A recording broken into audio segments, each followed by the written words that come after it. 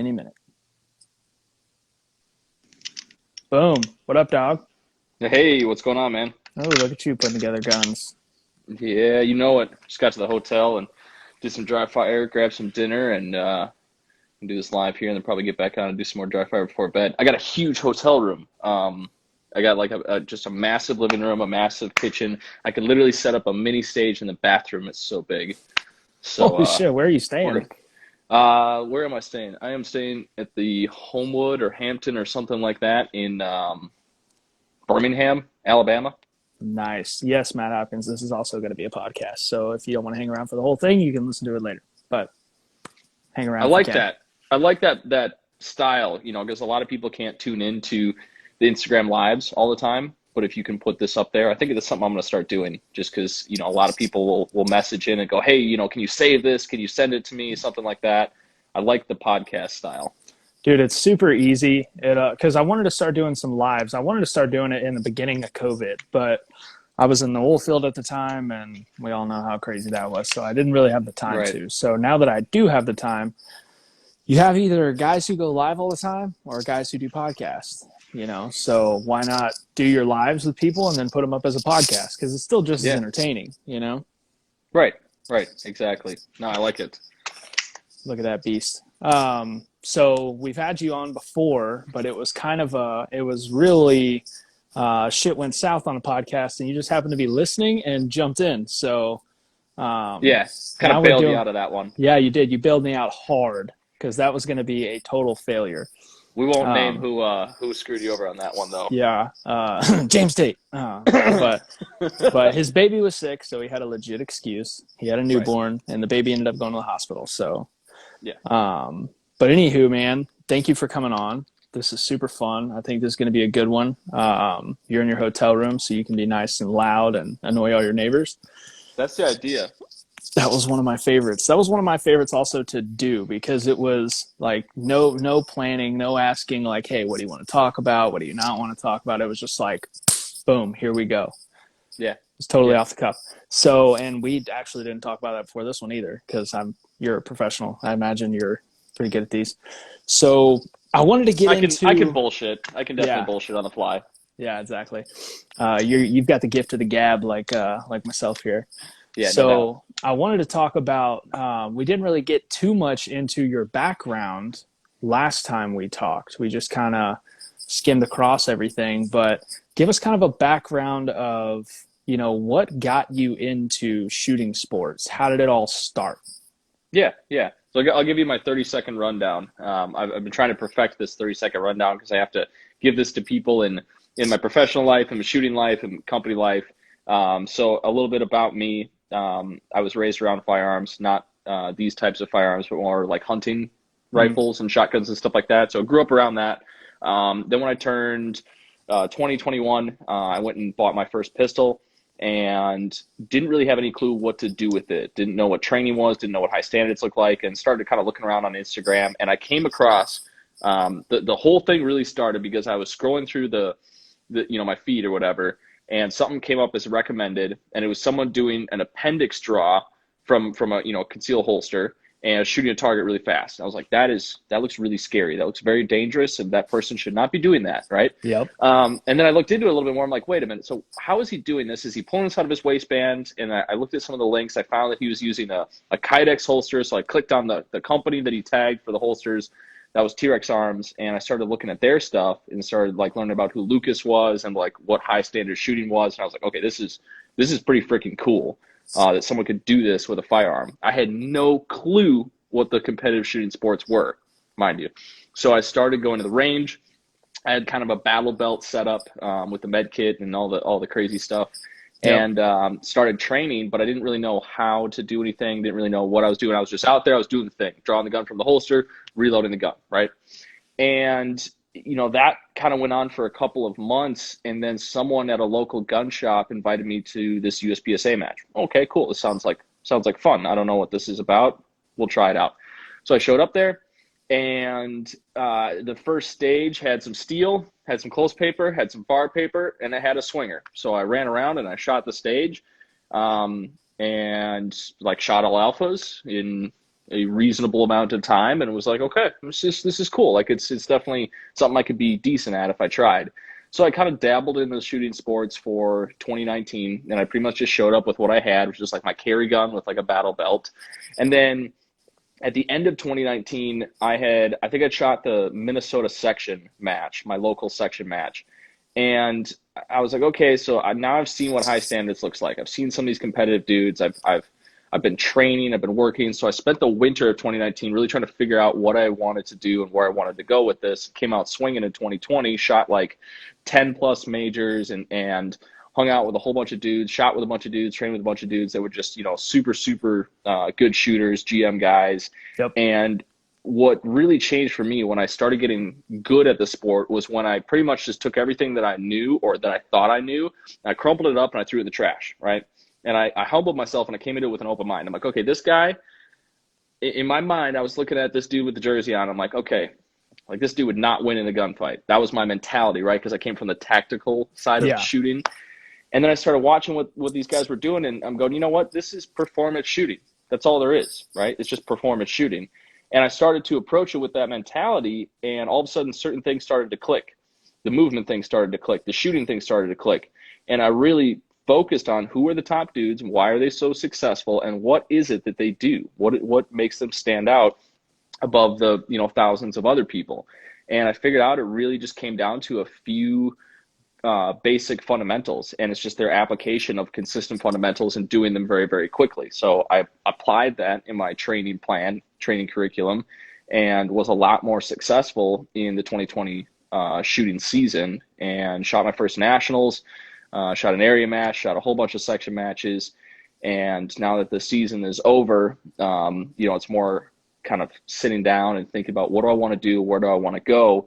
And that's where I really kind of came up with at the end of the shooting season, I want to start a training company, because there is a lot of new gun owners and there's a lot of new interest in high standard shooting. And not that there's like bad instructors out there, there's just a lack of instructors. Like if you look at the overall market share, and then look at the market share increase in 2020 and look at the market cap, and then look at what's offered, right? There's just not enough people teaching people how to pull triggers. Yep. And everyone has their own little style. I have my style, and what works for me definitely works for me. And it may not work for everyone, but I like to think that I can look at someone and find the style that works for them. I can use bits and pieces of my shooting ability, and I can apply it to their kind of raw technique and build them up to be a better shooter. And the company really came about when I was realizing I was spending a lot of time at the range with new people. And I was taking a ton of time and a ton of money and a ton of ammo, just going to the range and helping people out, right? And I love to do that. If I had all the money in the world, that's all I would do, right? I'm all about it. But, at the end of the day, I got to pay bills. So I was like, how can I do this stuff? How can I do what I love? How can I help people out, but still be able to better myself? And the solution was this training company. And the training company, we're launching the website this Sunday. We already got a couple other people involved in it. My goal with the company is to be bigger than just me, be bigger than just Minnesota, just my local outreach. Obviously, I can get on a plane. I'll fly anywhere. If someone has need, if there's a class in an area, I'll make it happen. But I want to be able to have a guy that I can send in different regions of the United States that teaches our curriculum, that teaches our standards, and that represents me and this company the way I would do it. So we kind of looked at it from more of a national standpoint rather than a localized company, and figured out it'd be best to contract a few folks and teach these core classes that we offer in a number of different areas. So I'm super, super excited to see where this goes in 2021, and also just to kind of see where my shooting ability goes in 2021, because I've taken some time to practice some things, to work on my techniques. I took a JJ Rakaza class, and that was a big old holy shit moment. Yeah. I was like, man, I know what I'm doing with shooting. I took that JJ class. I'm like, man, I got a lot to work on. Yeah. I did the same thing, man. I had a successful 2019 season. Like I shot a lot. I shot 19 majors, and I don't think I fell out of the top 10. Like I had a legit season, and took a JJ class and was like, oh, fuck. You're like, wait a minute. Yeah, it was I caught myself for the next 3 weeks. I'd just be laying in bed, like thinking, and then a piece of info that he had said would pop in my head. I would jump out of bed, run in, write it down, and then dry fire for like 30 minutes. My wife hated me for 3 weeks after taking that class. And then it was funny because I took his class on Wednesday, Thursday. Then we went and shot a match together on Friday. And then we took the class Wednesday, Thursday, drove to the match Friday, shot Saturday and Sunday, and then he had another class Monday, Tuesday, and I actually took that class too. Whoa. So I took 2 back to back with him. Like took a class, shot a match with him, after the match took another class. And it was pretty cool because they left all the stages up. So we were able to go stage by stage and break down how we shot it and then how would we have shot it if we applied it to him. Right? So super legit. But yeah, it was murderous to your mentality. Yeah. Of like, I would love to do something like that with my training company where we teach a class and then we find whatever the local match is the day after, if we can line up those schedules, and we take all the students and bring them to the class or to the match, and then we apply what we worked on in that match setting. Because there's no greater way to see if what you're doing is working out than going to a match, right? I mean, you got to go vet the stuff that you just learned. You got to try it out. And if you can do it the day after when it's fresh in your memory and have that instructor there that's giving you that cattle prod, right? Oh yeah. You can make leaps and bounds where normally it might take you months to get that stuff hammered out. Raise your camera up a little bit. I'm looking at your nose. Let's see here. Let's do this. Maybe it's zoomed in. Oh no, there we go. So yeah, that's funny you say that. I'm actually in the process. It's not nearly as close to yours, but I'm starting a training company with a few people as well. Okay. Which talk after this about that. Cool. I was actually going to reach out to you about that and be like, hey man, you want to get involved? But you got your website launched on Sunday. I say you still reach out to me. I'm all about collaborating with other folks because at the end of the day, I don't look at other training companies as competitors, right? No, we're all teaching our own thing. We're all offering our own product. Yeah. I look at other training companies as free marketing for me and for my training company and my guys, because if I see someone else pushing high standards out there with their own company, that's just good news for all of us shooters in the shooting world. I want the mass, because a lot of people think that we're just marketing to little crowds. But the reality is I'm trying to market to everyone that owns a pistol. Yep. Right? And if they have seen someone teaching high standards, they're way more likely to want to take a class from me if I'm in their area than if they've seen someone teaching poor standards or being unsafe or anything like that. So I love seeing other training companies out there. I love watching those guys succeed because it's great marketing for the shooting sports and the 2A community. Yeah, and there's not enough of them by far. I mean, how many more gun owners did we add this year? It was it like 7 million?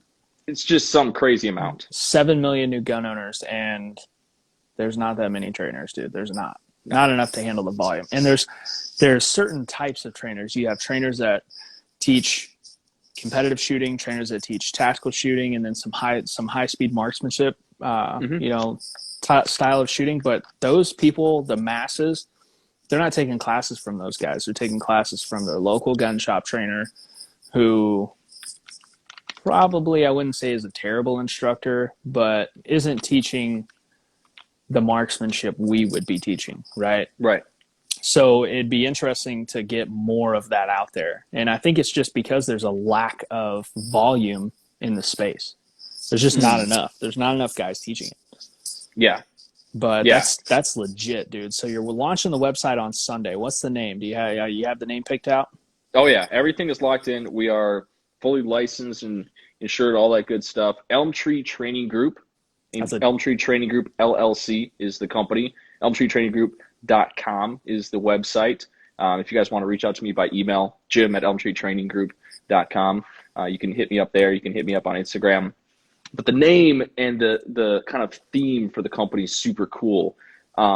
We sat down, my partner and I, and we were like, what is a name that speaks to us and speaks to what we want to do? And we did the whole, small business thing where you sit down, you go over names, you go over values, you start writing things down on paper and kind of created an outline. This was many, many months ago. And we were able to zone in on a few keywords, a few key names. And then it was about finding the rights to those names. That was the tricky part, getting an LLC locked in that hasn't been taken, but is also not straying too far from our beliefs. So the Elm Tree Training Group kind of came from the Tree of Liberty. So I was doing some research into it, the story of the Tree of Liberty, because the founding fathers in the beginning of this nation was very, very important to us, and we wanted to try to best represent that motif. And as we were looking into it, I found that the Tree of Liberty was supposedly an elm tree. And I was like, that's it. That's it right there. So we got with our designer, we got the logo created, we got the thing incorporated, bought the rights to everything, and went from there. I'm working with a super, super talented web designer, and he's done some really amazing things. I'm super excited to launch this website because it looks really good on mobile. It looks really good on the laptop, and there'll probably be a few things that we'll tweak as we go because not everything is going to be available on day one. There's just going to be a few core products that will be available, but as events come up, as classes get scheduled, I'm really excited to kind of see how that whole thing works because it's new to me. I'm a tech guy. I'm definitely good with technology, but designing websites, all that stuff, that was far beyond me. So I'm smart enough to know that I don't know everything. So I found some other smart folks and got together with them and worked together on this project. And we're super excited to see this thing come to the market.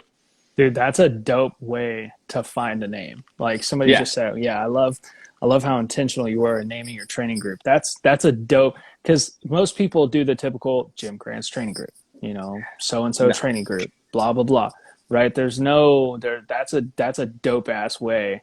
And I could see how crazy awesome that logo could be. I think it's going to be, I know you well enough to know y'all are going to knock it out of the park. And I'm excited to see just how fast that takes off. I'm interested. Well, it's cool too, because the one thing I really wanted to speak to with the name as well was this isn't just me. I said this before. This is not just me. There's other people involved in this. I have a business partner and I have contractors that work for me. And the goal is to grow this thing to be much, much larger, to scale it every year.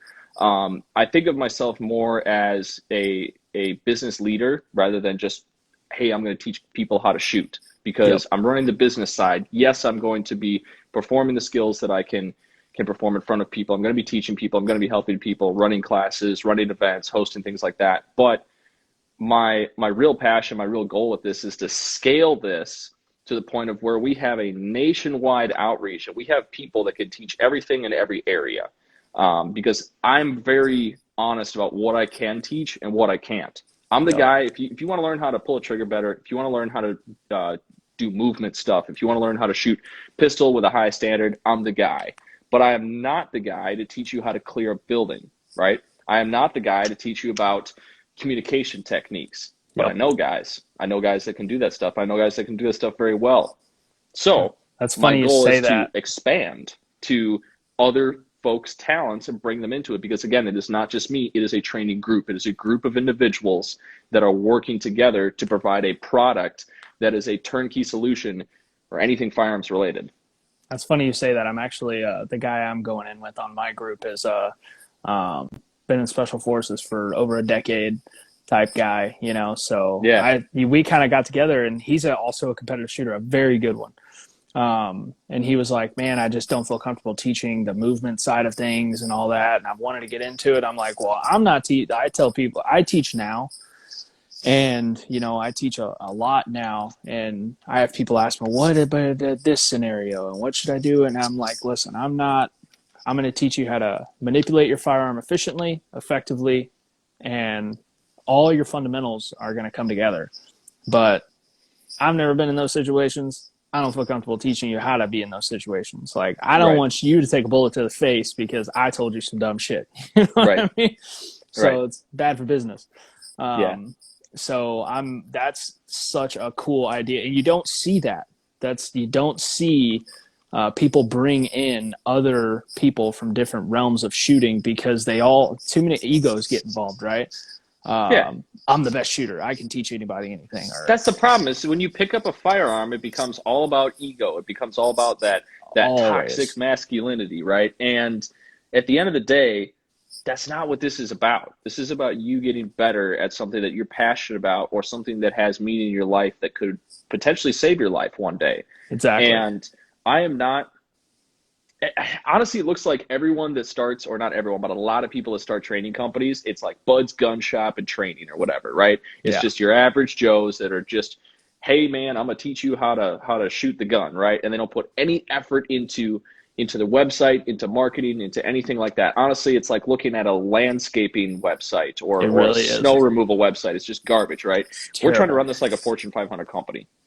And we see the potential here. If you have individuals that have a new perspective, you have to have guys that are realizing that the old ways, they don't work anymore. We need to develop new techniques. We need to understand how to work technology. We need to understand the market. We need to understand how to manipulate social media. We need to understand how to manipulate people's emotions when it comes to social media and all these platforms out there, because I just watch people every single day die when they try to do this thing, and they fail and they crumble because they don't understand it. They don't have the right perspective. So we've done a lot of research into this. They jump in head first without being prepared, and they eat a bag of dicks. Right. And that's what we're going to try to avoid. I see it all the time. Yeah. Same. We've been talking, this has been in the works personally for us for almost 6 months. And we're still probably 5 months off from launching anything, just because we're going, it's a path really untaken until now. Right. Right. And, so I'd be interested to talk to you after this about that. So, dude, I'd love to. In any type of collaboration, I'm all about it. We're looking at hosting some larger scale events as well as training classes, because we see the potential for outreach at those type of things. It seems like a lot of companies have a very large portion of their marketing budget that's untapped for 2021 because of SHOT Show being canceled, all the other major shows being canceled. So we're really trying to hone in and capitalize on that extra budget that's sitting out there for these companies, helping companies that we're passionate about bring products to market in the right way, and then just helping other companies that are interested in being involved, helping them with providing a platform for them to demo this stuff. Because like I said, I mean, SHOT Show's canceled, right? Yep. That didn't happen this year. All the other major trade shows and stuff like that, like they're canceled. None of them stuff is not happening. But these guys, they all have these the marketing big companies, budget. they budget it. They budget it a year, 2 years, 5 years in advance. That money's sitting there, and they got to use it. They have to. Yeah, it's already been allocated out of the budget. It's probably been allocated out of the budget 2-3 years in advance. Yep. I mean, and they calculate all that shit way in advance. So yeah, I think that's pretty damn awesome. I think that's going to be legit. We're excited. We're super excited. So, you've been competitive shooting now, I think you said 2 seasons, right? Mm-hmm. So you're going into your 3rd season. Yep. What are your goals for that season? Have you set any expectation, or are you kind of going into it just, I'm going to shoot best I can, see what happens type deal? So, the really basic goal, if I want to outline that, is I want to perform better than I performed last year, right? I'm always just trying to grow. I'm always trying to improve upon an old version of myself. Now, that being said, I got a lot of other things going on. Still have a full-time job. I'm going to be doing the teaching thing. I'm going to be running this company. It's not going to allow me to compete as much as I would like to. Also, there's the ammo problem, and there's the match schedule issue. Yep. Lots of things that are moving around. But I am still going to hit 5 or 6 majors, and I am going to shoot nationals, probably 2 different nationals. I'll probably shoot race gun nats, and I'll probably shoot CO and PCC nats. I don't know what I'm going to shoot necessarily yet for CO or PCC. I might shoot a pistol. I might shoot a rifle. Not sure yet. I am going to shoot limited nationals. But my goal is to improve by 10 spots from where I was before. So I look at my position at nationals. I look at my position at area 3, and then I look at my position at all the other section matches, because I hit a whole bunch of state tournaments around my area. 5 or 6 of those around my general Minnesota area. And I did well. I contended top 3 guys, most of the time, a lot of 3rd place finishes. But, the goal this year is to really dominate whatever division it is that I'm shooting and go for those first place slots.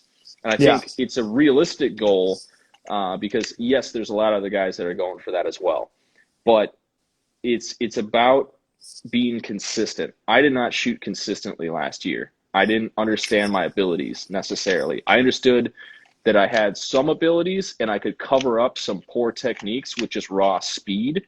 Yep. But that doesn't work anymore when you're trying to go for those top 3 positions. You can get in top 10 by being fast, but you can't hit top 3 in your divisions by just being fast. You have to be consistent, and you have to be able to perform at that 85 to 95% on every stage, and then capitalize where the other guys slip up, because everyone's going to have a mess up at some point in the match.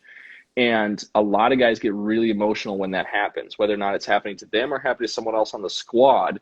They will try to compensate, and they'll try to start shooting someone else's game. I'll see someone mess up, and I'll go, I could get them. And then I try to go 110%, and the wheels fall off.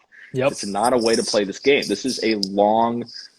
This is a marathon. It's a 24-hour Le Mans, not a drag race. That's what people don't understand. Correct.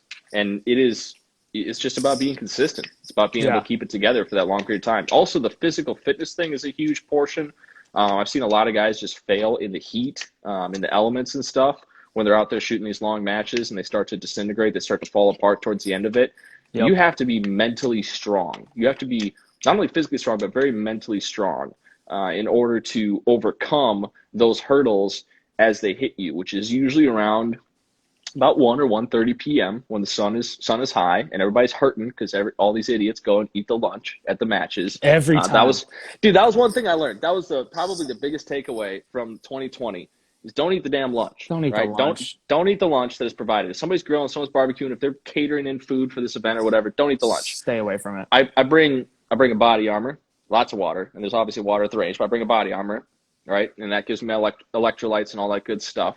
And I bring some Kind bars. And the Kind bars are fantastic because they got some dark chocolate, they got some nuts, they got some salt, and they're really, really easy to deal with, right? So I can have one of those every hour or every 2 hours or something, and just constantly get a little boost, right? And my key to success is drink a bottle of water at every single stage. If you're shooting a stage out in the sun, like, you got to do it. You got to just drink a bottle of water. Go as soon as you get the stage, set your gear down, go to the cooler because they're at the stages. Pick up a bottle of water and go walk your stage and drink that thing as you're walking the stage. Get the damn water in you, because I watch people just crumble when they don't drink water at these matches. Every time, man. And that's something that Charlie Perez does in his classes that are he goes over the nutrition side of things, because he's a diabetic and he's a legit shooter, right? So he watches everything that goes in his body, he's paying attention to, right? And that's one thing I do that I see it every time, man. Like, I'm loaded up on water. I keep some body armors. I keep some electrolyte, the electrolyte gels, protein bars, fruit. I mean, I load up to where if you shoot with me, I'm always either drinking water, drinking a body armor, or eating fruit or some type of something, right? Yeah. Just because, and it's the whole time I'm shooting, and it's not to, it's not because I'm hungry, right? It's just because I'm feeling that energy I'm expending, right? Especially in the summertime. I mean, it's 100 degrees. You're out there for 10 hours. You're constantly walking, taping, moving. And then when you shoot, you expend all that energy. Yeah, I mean, saved me at A3 2 years ago with body armor. Yeah. Yeah, I'm the guy who, if someone needs something, I probably got it, Nice. If I see someone getting a little worn out, I'm like, here, dude, here's body armor, water, some electrolyte gel. Just take it all. Go for it. Those bicycle gel packs that the guys that ride bicycles and stuff have, those things, I'm definitely going to get into those because I've seen some really good benefits from those. They're just super easy. They're lightweight. You can fit them in your bag. So I'm going to get into those. I didn't use that last year. But you can also fly with them, which is awesome. Yeah. Because 2020, I flew to 2019, I drove to almost every single match. I put 41,000 miles on my truck. Nice. It was gnarly. And 19 majors all over the country. Went all four corners, killing it. 2020, I was like, I'm going to fly. Especially with COVID prices, right? I booked all my flights for $400. So Flying, I can put all those in because you can't find them really once you get there. So I fly with a lot of the stuff I'm going to take. So you can take a pack of those and you can fly with them, which is also pretty cool. I'm definitely going to bring a pack then when I go to these matches from now on because, that was a big thing. Bryce is in here. I see he said that you saved him with the body armor. Bryce, they always have these electrolyte drinks with them that like have aloe vera in them. Those are super good. I love getting those. You can get those at like Dollar General. They're $1. And the aloe is super good. The other thing too, speaking of aloe, sunscreen. Holy smokes. I try to cover up because I'm a Minnesota boy, right? So I got the Scandinavian skin, right? So those first couple matches, when I get the sun on me, I'm hurting, I'm burning, I'm real red, I'm getting dehydrated, I'm cranky, right? It's not good with that much sun exposure. So if I don't have a good base tan going, I try to cover up any major part of my body that can get really, really sunburned standing out there and cause me some hurt. So I like the arm gaiters, I like to put those on. Those protect me from the sun, the SPF 50 or whatever gaiters, get those going. I always wear long pants. I've just always been a long pants guy. Golf pants, they're super light, they're super high speed, they get the air flowing. I've been a shorts guy, but this 2020, I started wearing some golf pants, dude. Changed the game. So much better. People don't understand it. People always ask me about the pants. They're like, dude, why do you wear long pants? I'm like, bro, have you ever tried golf pants? Like, do you realize that there's this whole group of elite athletes out there that play USGA, USPGA, and they wear these pants all the time, and they're good. They're chilling, right? Yeah, and they're like, walking how 18 holes, 32 holes in a day. Oh, they're in the heat. I mean, they are designed. They're stretchy. They're comfortable. They don't rip easy. They're breathable. Super high speed. Yeah, super high speed, dude. I bought a lot of the Reeboks, and then the Nike, which the Nike ones are super nice. Of the golf pants, dude, I'm going ham with those.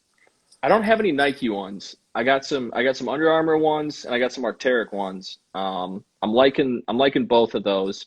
They're just kind of different cuts and different materials, but. Yeah, golf pants are the way to go. I want to look into those too because I'm trying to look into a lot of different stuff. Yeah, but golf pants are definitely the way to go because they keep the air moving, right? Unlike other long pants. They have the stretch and the design for all that movement. Because you look at golfers, everyone goes, oh, golfing's like a walking and standing sport. Nah, dude. Look at those dudes move. Watch the flex. Watch their movement in like high-speed camera.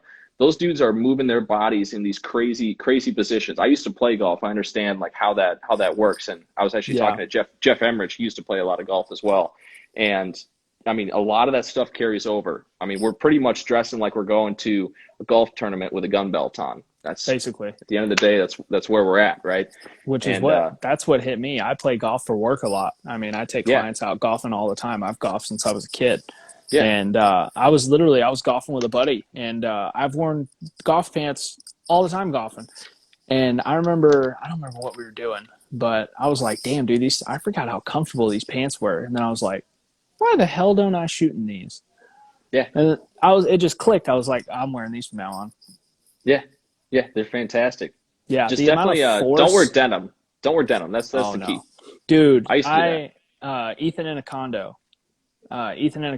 You never see him at the range without wearing skinny jeans. It's the funniest shit you've ever seen. The dude is like what, 105 pounds? Yeah, he's 105 pounds soaking wet. Probably all he can fit into is skinny jeans. But he's a legit shooter, and he's a young kid. These damn Gen Zs, they always got to wear their skinny jeans. But I made a comment. It was 103 degrees in Rosenberg for Area 4 last year or something. I don't remember. Maybe it was Henry Cup 1. But he was wearing jeans, and I was like, dude, how are you not dead right now? And he's like, oh, yeah, well, I don't know. I just like my jeans. It's like, Jesus, dude. No way. I wouldn't be able to move. So here's the way I like to think about it, right? There are certain sports that have a ton of money, and there are other sports that don't have a ton of money. Golf is a sport that has a shitload of money, right? And that means all of the products that are used in that sport have a ton of money involved in the manufacturing and the R&D. So if you were to think about, the difference between a 511 pant that was developed for the tactical shooting people and look at the budget that was going into that versus the budget that's going into a pant that Tiger Woods is going to wear, it is drastically different. And you pull those things out, you look at them, you look at the seams, you look at the cuts, you look at the way that they flow, you look at the material, you can see where that extra couple $1,000,000 of R&D really, really goes to work. I mean, it is. A I pair don't know of why you guys don't think about 511, it. a pair of 511 or cry pants probably has realistically $100,000 in R&D. Right. Most likely. Right. Unless they just are going ham, right? A pair of Nike golf pants is probably a couple million. Yeah. If not, maybe more. Yeah. So I'm gonna go with that, right? But I mean, again, Right. it goes by just the pure size of that sport. I mean, it's probably the most famous sport universally on the planet, and that's over soccer, right? Yeah. Every country knows about golf. Every country has golf. I mean, how many people do you know recreationally play soccer? Me personally, not a ton. Right? How many people do you know play golf? Shitload of people. Most of my friends. Most of the people I work with. Yeah, it's insane. Yeah. Yeah. Straight eye for the shooter guy, episode 1. I don't know what that is, but cool. Yeah, I haven't been looking at the comments here. I don't know if we got any questions or anything we're blowing by here. Someone said you Jim can moves take his body in all the right ways. Yeah, I don't know if you have the same ones I do or not, but somebody said you can take my shooting jeans from my cold dead hands. Ooh. Or cold dead legs. People love them shooting jeans, you know, and I like jeans, right? I wear some jeans, and especially when it's cold outside, I like to wear jeans for wearing different jeans things. Right now. Yeah, you know, it's great, but there's honestly, a time and a place. Yeah, there's a time and a place. If you're going to go to the range, be rolling around, doing barricade work in the gravel with a rifle and stuff like that, that's where the jeans kind of make sense. That or Carhartts or something, cry pants. If you really want to fuck up your expensive cry pants, go for it. But man, golf pants all the way for everything else. Or like hiking or approach pants, like climbing pants, because those things, dude. I've done some rock climbing. I climbed the Teton a couple of years ago, and the pants that you got to have for that, because you got to be able to take your foot and put it up above your head. Yeah, right, way up here. You got to do some crazy stuff. So those pants, I got some Piranha brand pants, like climbing pants. Those things are money for shooting in. Those are awesome. Now they got some weird pockets on them, so I'm not as big of a fan of them, but if you can make pockets. Yeah, if you could make a rock climbing pant without all those crazy pockets, that would be perfect for USPSA. Yeah, I can't put my foot above my head, so I have no issue there. I used to be able to do the full splits. Back when I was teaching martial arts, I used to be able to do the full splits. I used to be able to kick straight up above my head. But I lost you used that. to teach martial arts? Yeah. So that's actually my passion for teaching, and my interest in teaching came from doing it for a while. I really loved working with people. I went and started doing martial arts a number of years ago, and I got my first degree black belt, and then was offered a job at the academy. So I started teaching extreme martial arts, weapons, kickboxing, sparring, all the fun stuff. And I really, really enjoyed that. And then, kind of moved on, went to school, all that stuff. Which discipline did you get a black belt in? Taekwondo. So it's Nice. a Korean martial art, for those of you guys wondering. And it's a lot of footwork. It's a big footwork game. There's not a lot of rolling around. It is all standing up, and how fast can you move your feet? It's a lot of kicking. You get kicked in the face a lot. I remember the first tournament I went to. It was the shortest match I've ever fought in. Right? We bowed, shook hands, stepped back. I took one step, and then I woke up. Nice. That was it. I took one step and I woke up. And apparently, what had happened is I took a step. The guy faked me. He did a reverse hook, and full on flying, made contact with his left leg right to my jaw. I was out. That was it. It was over. And I was like, wow, that hurt, but that was super fun. I'm gonna do this again. Right? We got bullets and beards in here. He used to do a shit ton of Muay Thai. Muay Thai looks cool, man. I've always been interested in that. With Taekwondo, like I said, the sparring we used to do, it's all just kicking people in the face really fast. But I've always wanted to get in some of the other disciplines that work the rest of your body, because I'm all feet. Feet. See, I grew up boxing. I boxed from a very young age. Me and all my brothers got put in boxing because my stepdad was a boxing nut. So I've been boxing since I was a kid. But Cool. I'm starting to play with a lot of different stuff. Like now that I'm moving back to Houston, me and a buddy are actually going to go through the adventure of getting serious into recreational BJJ. So Cool. I really want to learn, and it's great cardio, and really work on flexibility and how to manipulate your body in different ways. I think would be awesome. That's awesome, man. I would love to get into rolling, because I hear a lot of great things spoken about any martial art that involves, like, that that leverage, moving around on the ground and stuff. I've always wanted to try it. So maybe sometime when I have a little bit more time on my hands, I'll get into it. Many things said Hammer and Sears working on his PJ pants for shooting. I could see him doing that. I could see him wearing pajama pants. I could tell if he shows up to a match in pajama pants, it'll break the internet. Oh, hey, yeah. Do you know what Enchanted Rock is? Yes, I do. It's a dope place. Me and my wife actually went on a date there one time. What is that? It's like a big famous rock formation right outside of, I think it's right outside of San Antonio, but it's Enchanted Rock. It's like it's pretty cool. I mean, it's not crazy. Like if you've been to like St. George, Utah, and seen the mountains and stuff out there, way cooler. Yeah. But it's neat. It's just Texas doesn't have a lot of elevation change, so we're like, ooh, shiny rock, let's go. But, dude, that's the same thing with Minnesota, man. I'm always humbled whenever I get to go out west and see some mountains, because in Minnesota you don't have a good grasp on how big you are in the grand scheme of things, right? Mm-hmm. It's really easy to get caught up in your own head about where you fit into the world and the universe. And then I go out west. I go out to like Salt Lake City, Utah, and I'm standing there looking up at the mountains. I'm like, wow, I'm pretty insignificant compared to this shit. Like it's just such a cool experience. I love being in the mountains. I love having that perspective and knowing where I am and just how small I really am when I'm compared to everything like that. Yeah, that perspective gets nuts, dude. When you realize just how small you are compared to some of that shit. Yeah. It's like looking out at the ocean, right? It's the difference between looking at a lake and looking at the ocean. I can go look at a lake back home in Minnesota. We got all sorts of lakes and shit up there. But, I stand on the beach. Oh, yeah. But if I stand on the beach, I look out at the ocean. I'm like, wow. I mean, this is crazy. I remember I went to the beach in Germany when I was there. And that was a different kind of beach. You're only going to go swimming there. It was freezing, right? But I just wanted to go and see, and I wanted to look across the water towards like where home was. I just wanted to see what that perspective felt like. And so I drove like an hour away from where I was staying to get to where the water was. And I walked along the coastline there, just kind of looking out. And it was just a really cool, like humbling experience going, I've never seen the world from this perspective, from this side, right? I'm looking back on home, right? And it's thousands of miles away. It's really, really cool. Yeah. I've always wanted to go to Germany and Europe and all that. I was supposed to, sorry, I got mustache hair in my mouth. I was supposed to, when I worked for Baker Hughes, I had won salesman of the year for my office. So I was supposed to get to go to their office in Germany and see the whole German factory and everything. And then they shut our division down 2 weeks before I was supposed to go. So they were like, oh, we're transferring you, blah, blah, blah. And I was like, we're still going to go to Germany? They're like, no. I was like, fuck. This is bullshit. Dang. Yeah, so. Next time. Well, and I'm sure there's going to be a lot more opportunities here in the future, especially with the IPSC matches and stuff to get over there. I would really love to take some time off of just life and go to Europe and just shoot some IPSC stuff, because it looks like they put on some cool stuff. I was supposed to go to the Extreme Euro Open last season. I had when and where is that? Because I've heard good things. It's in Czech. It's in the Czech Republic. Okay. It's usually, I want to say it was in like August or something like that.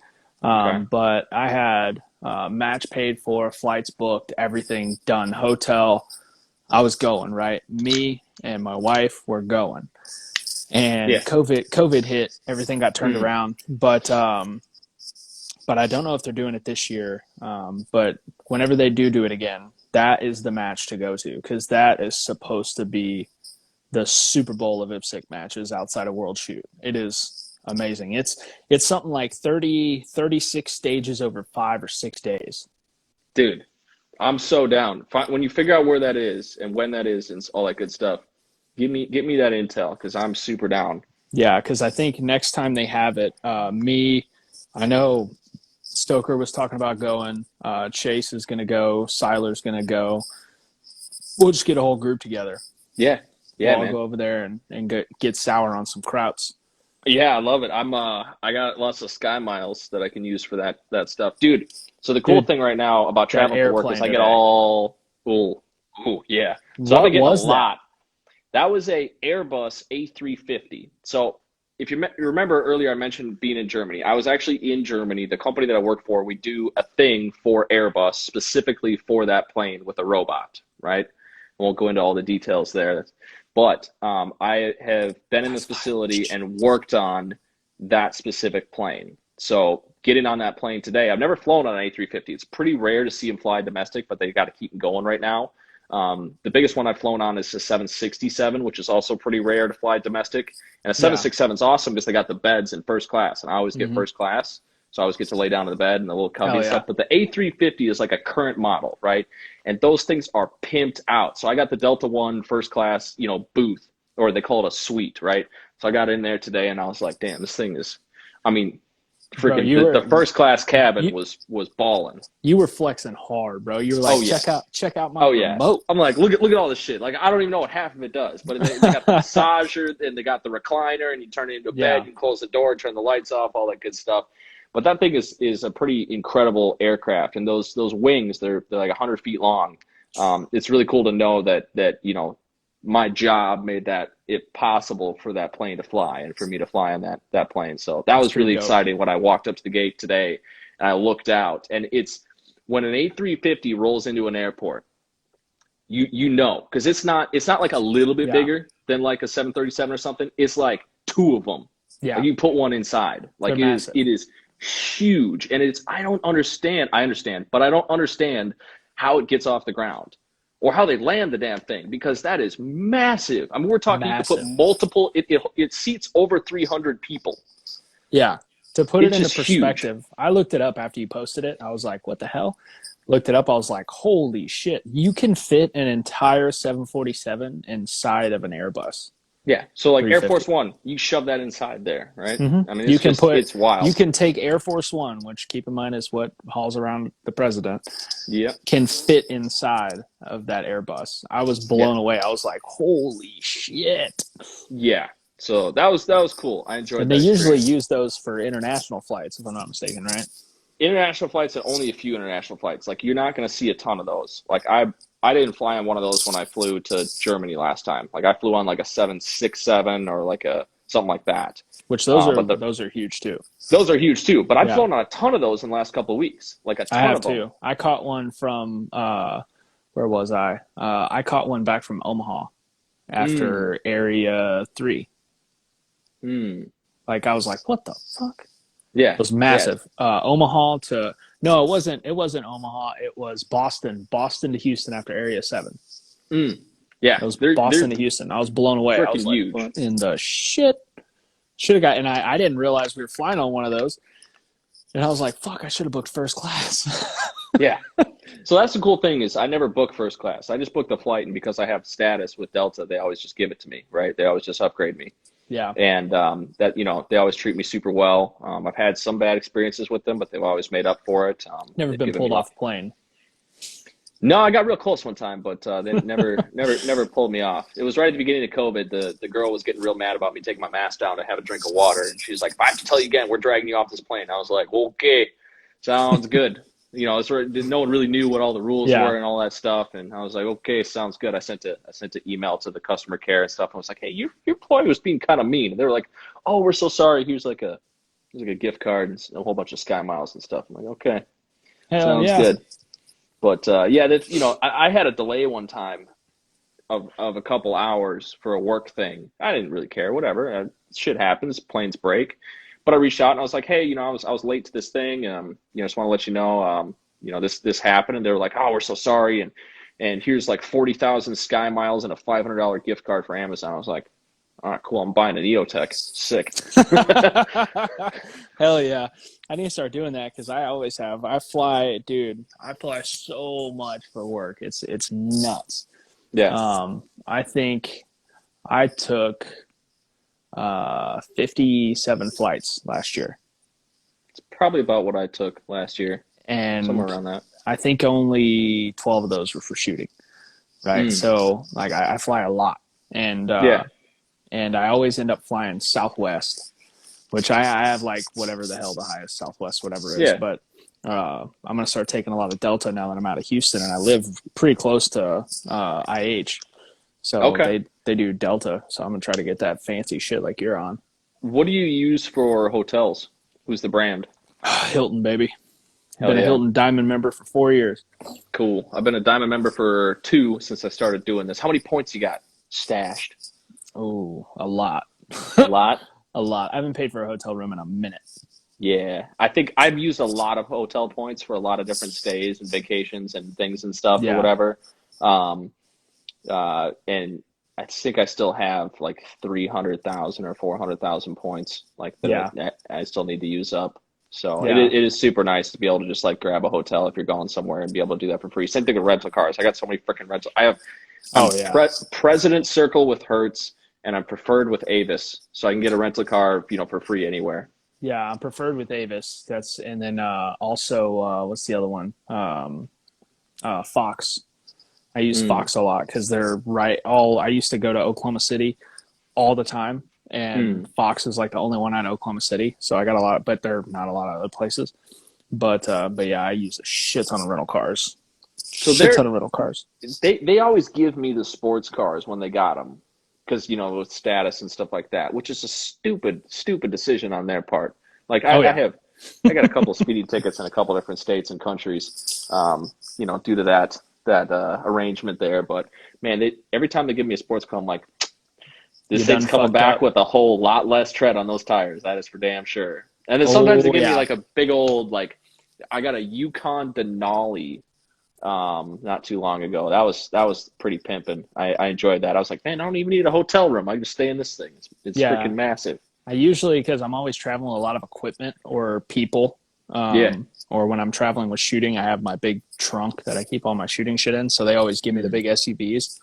And it was funny because for Area 3, Mike got boned.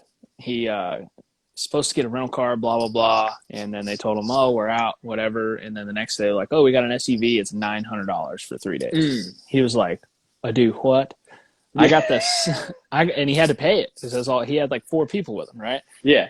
I had the same exact rental car. Mine was actually fully loaded. His wasn't even fully loaded. I think mine was like $80. He was so pissed. He was like, this is bullshit. I'm calling this rental car place. They're about to give me my money back.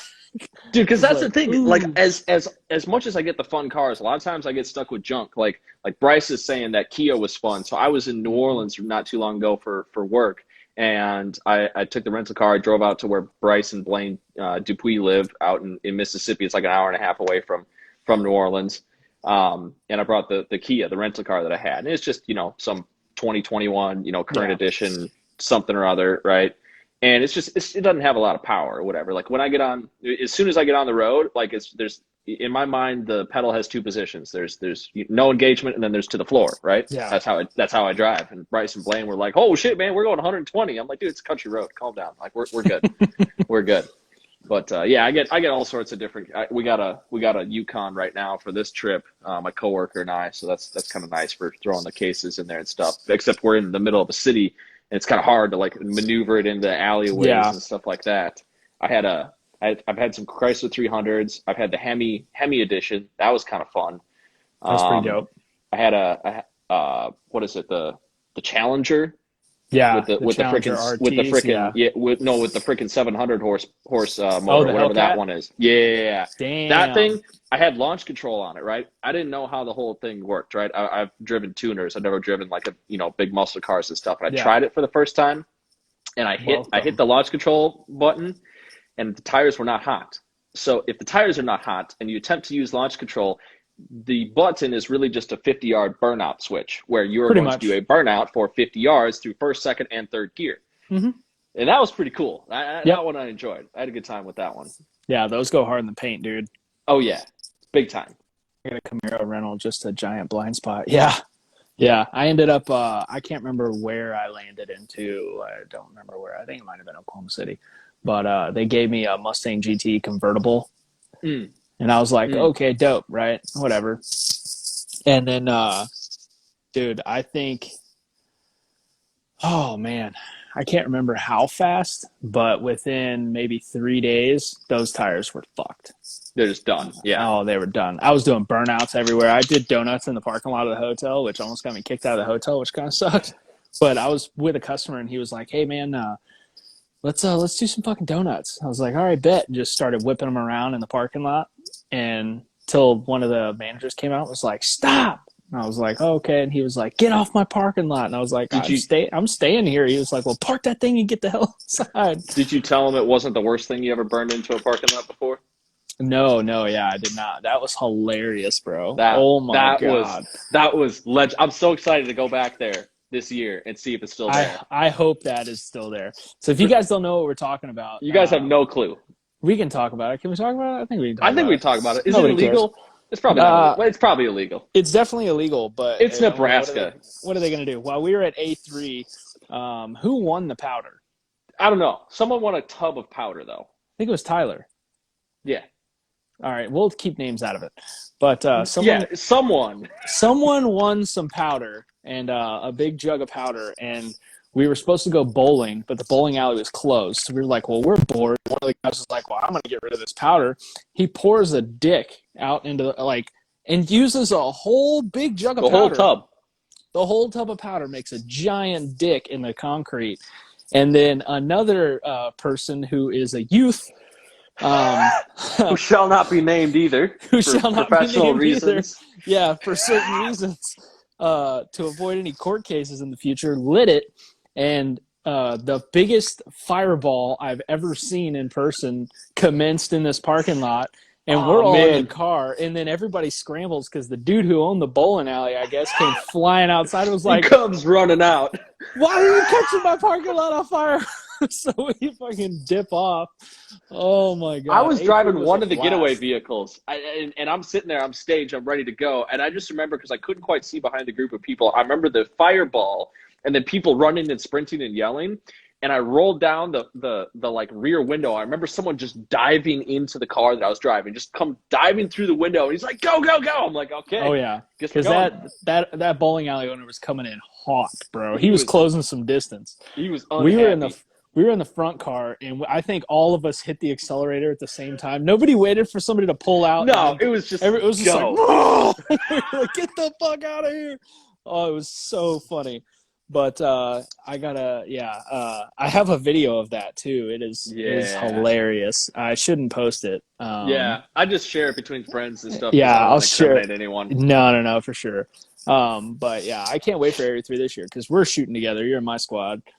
Yes, we also got Noah, Hyder. Who else? I think James Tate, maybe Michael Leary. We got a good squad. We were supposed to have Gianni and Range Panda come in, but I think Steiner's scared of getting that ass whooping in person. Really? So he didn't want to move over. So you hate to see it. Well, I'll be there. I'm ready to deal it out. I'm shooting revolver. As you can see, I'm registered as unclassified revolver. Are you really going to shoot a revolver? You never know. You never know. I'm undecided. I'm undecided at this point. I just decided to pick the greatest division that was ever invented. Yeah. Just decided to register for that for all my majors. It doesn't get the respect it deserves. It really doesn't. I think a lot of people forget it. It is the hardest division. It's so hard. It's just, I watched that video of Jerry doing the thing, and man, that was a while ago. That was quite a few years ago. It was like 1990 something. Yeah, dude, it was way before I was born. And it's just, it was wild, dude. It was just, for someone to reload a revolver that fast, let alone shoot a revolver that fast, just insane. Unbelievable. Mad props, mad respect. I would love to see that in person because I dabbled with the revolver a little bit with a buddy. A buddy of mine shoots revolver. And I was like, we were practicing together. And it's funny because, like, I'm practicing for open. He's practicing revolver, but he's doing some similar drills, and his times were pretty decent for shooting a revolver. I mean, they were obviously light years from an open time, but I was like, I can't remember what he did, but we did a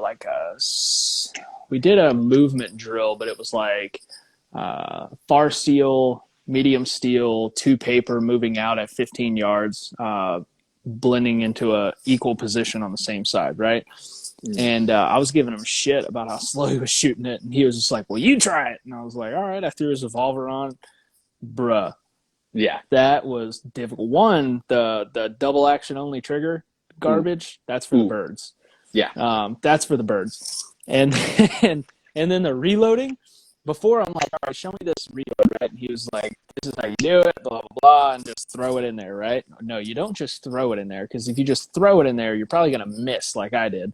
So I go, like, I go to reload, as soon as it comes out, I just kind of I'd go to drop it in there. Well, it doesn't. It just hits and falls. So then I got to, like, carefully put one in there, come back up and shoot. And it was like 5 seconds slower than his run. And he was like, yeah, it's not so fucking easy, is it? I was like, oh my God. Dude, I just want to see it in person. I just want to be there and witness it. I spent, like I said, I spent lots of time in Louisiana, and both Jerry and Lena are down there. So I'm trying to find the opportunity to be able to go and shoot with them next time I'm down there. It'd be super cool. Yeah, I'm trying to do the same thing. I would love to just, honestly, I'd love to just sit and talk with that guy for an hour. Dude, yeah. Like, yeah, I would love, Jerry, if there's any way you hear this, I would love to have you on the podcast. All right? I don't know if that's your thing, but Lena too. I mean, they're the first family of shooting, basically. You know what I mean? The Kennedys of shooting. That is the Kennedy family. That is, like, it's really incredible. I mean, you could definitely, reach out to him. He's been on the Empty Brass podcast, which I had an episode of as well. CJ Boxford's podcast, which is a great podcast. I really enjoyed it. And I was really humbled too with the opportunity to be on there and talk with him, because I went and looked on the podcast, on Apple or whatever.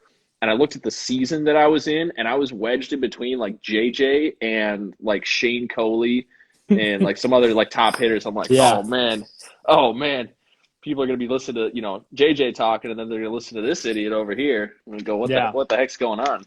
Yeah, I did a podcast 2019 season, and the next guest after me was Christian Seiler coming off of his nationals. I was like, oh, great. Yeah. People are listening to me, and they're like, oh, this fucking guy. And then Champ comes on. Yeah. But, I definitely, someone said shoot 3 gun. I've talked to Jerry for a while at a few matches. He's a great guy. Yeah, I mean, guys all the time. If you look at, if we had a Mount Rushmore of shooting for USPSA, right? Or not even US, just shooting in general, right? Mount Rushmore of shooting, it's probably Latham, him, Eric Raffel, Max, JJ. Yeah. I mean, those Eric, Max, JJ, Jerry, Latham. Yep. That's why top 5. That's why I put up there probably. Yeah.